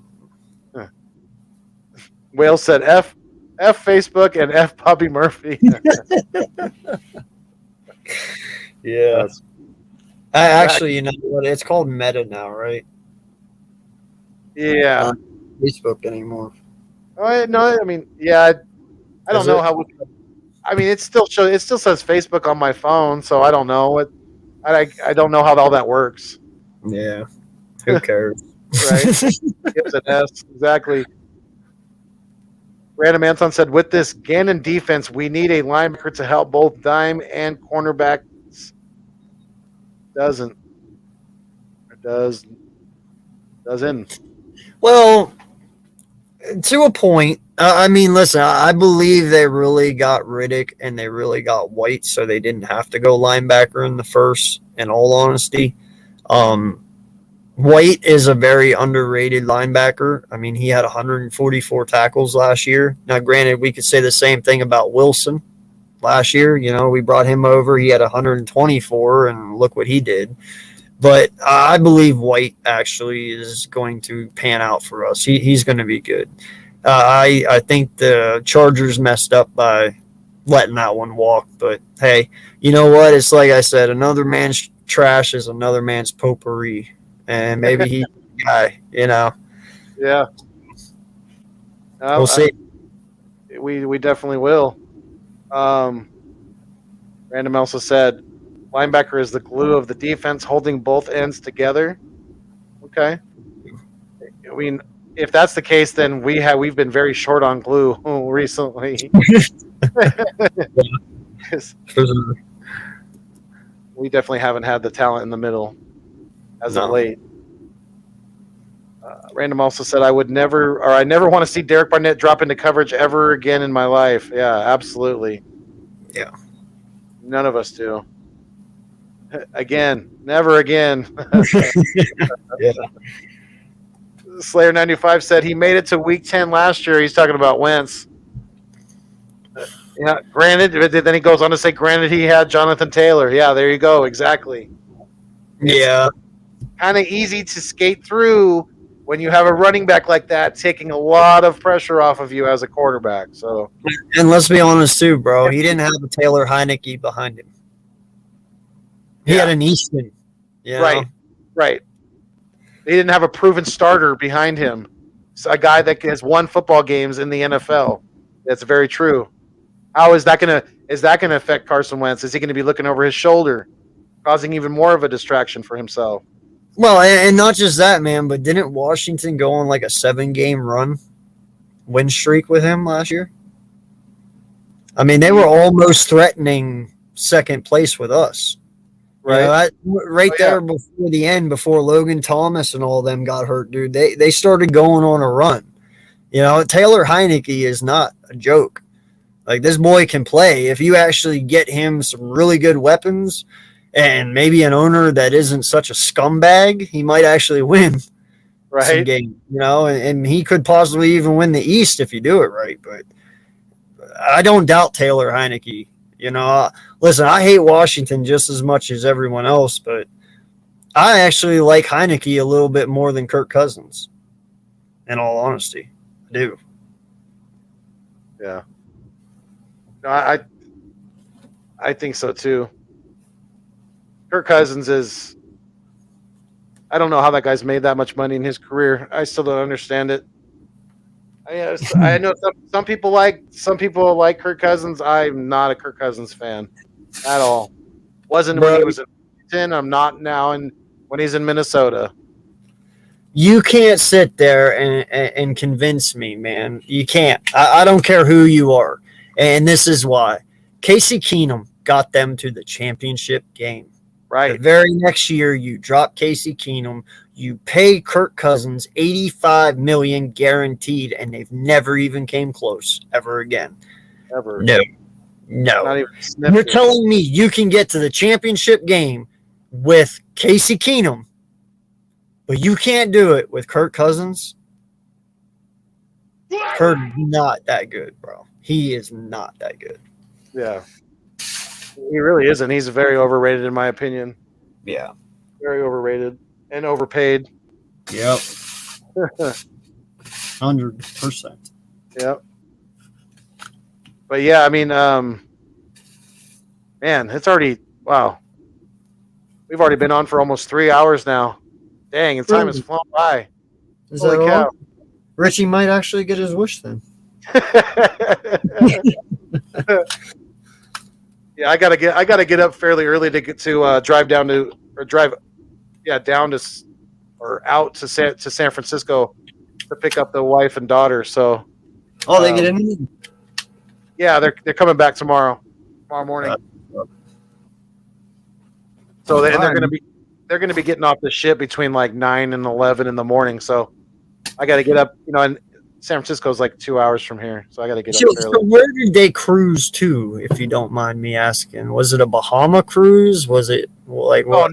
No. It was nothing that big. It was so they ported out of San Francisco. They got on the boat in San Francisco Bay, cruised out underneath the Golden Gate Bridge, and then they cruised down the California coastline down to San Diego for a day, and then they went to Ensenada, Mexico for a day, which is on the Pacific coast of Mexico. It's not too far south of Tijuana, so it's and then they're just coming back from there. So yeah, it was just a fairly short cruise.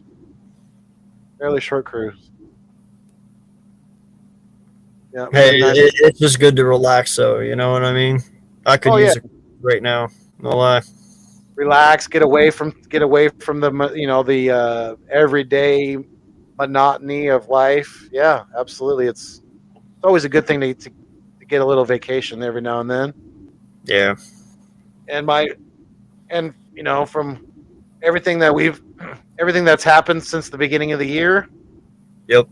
With us, my wife losing her son, my stepson, she definitely could use the time away for sure. So, yeah, I think she's going to come back rejuvenated, hopefully, rested. Yeah, man, I will hopefully never ever have to feel that. Oh, I hope you don't. I wouldn't wish that on my worst enemies. Me either, man. I never want to know what that's like, because I'll tell you what, man. I told you from the get. I'm very happy how you handled it. I'm very happy how your wife has handled it, because I would not have been so strong. I'm telling you, bro. I probably wouldn't be here today. I'm not even playing. My kids mean that much to me. You know what I mean? No, I do. So it would be very hard, man. So props to you and your wife and all you guys have dealt with and are going through, and how you just keep treading water and you keep surviving, because not many people could do that, man. So I appreciate that, brother. And yeah, it definitely has been the hardest thing that, outside of losing my dad when I was only 20 years old.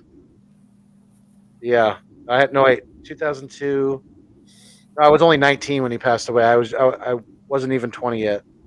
Outside of losing my dad suddenly and without, like people go, we never know when it's their time.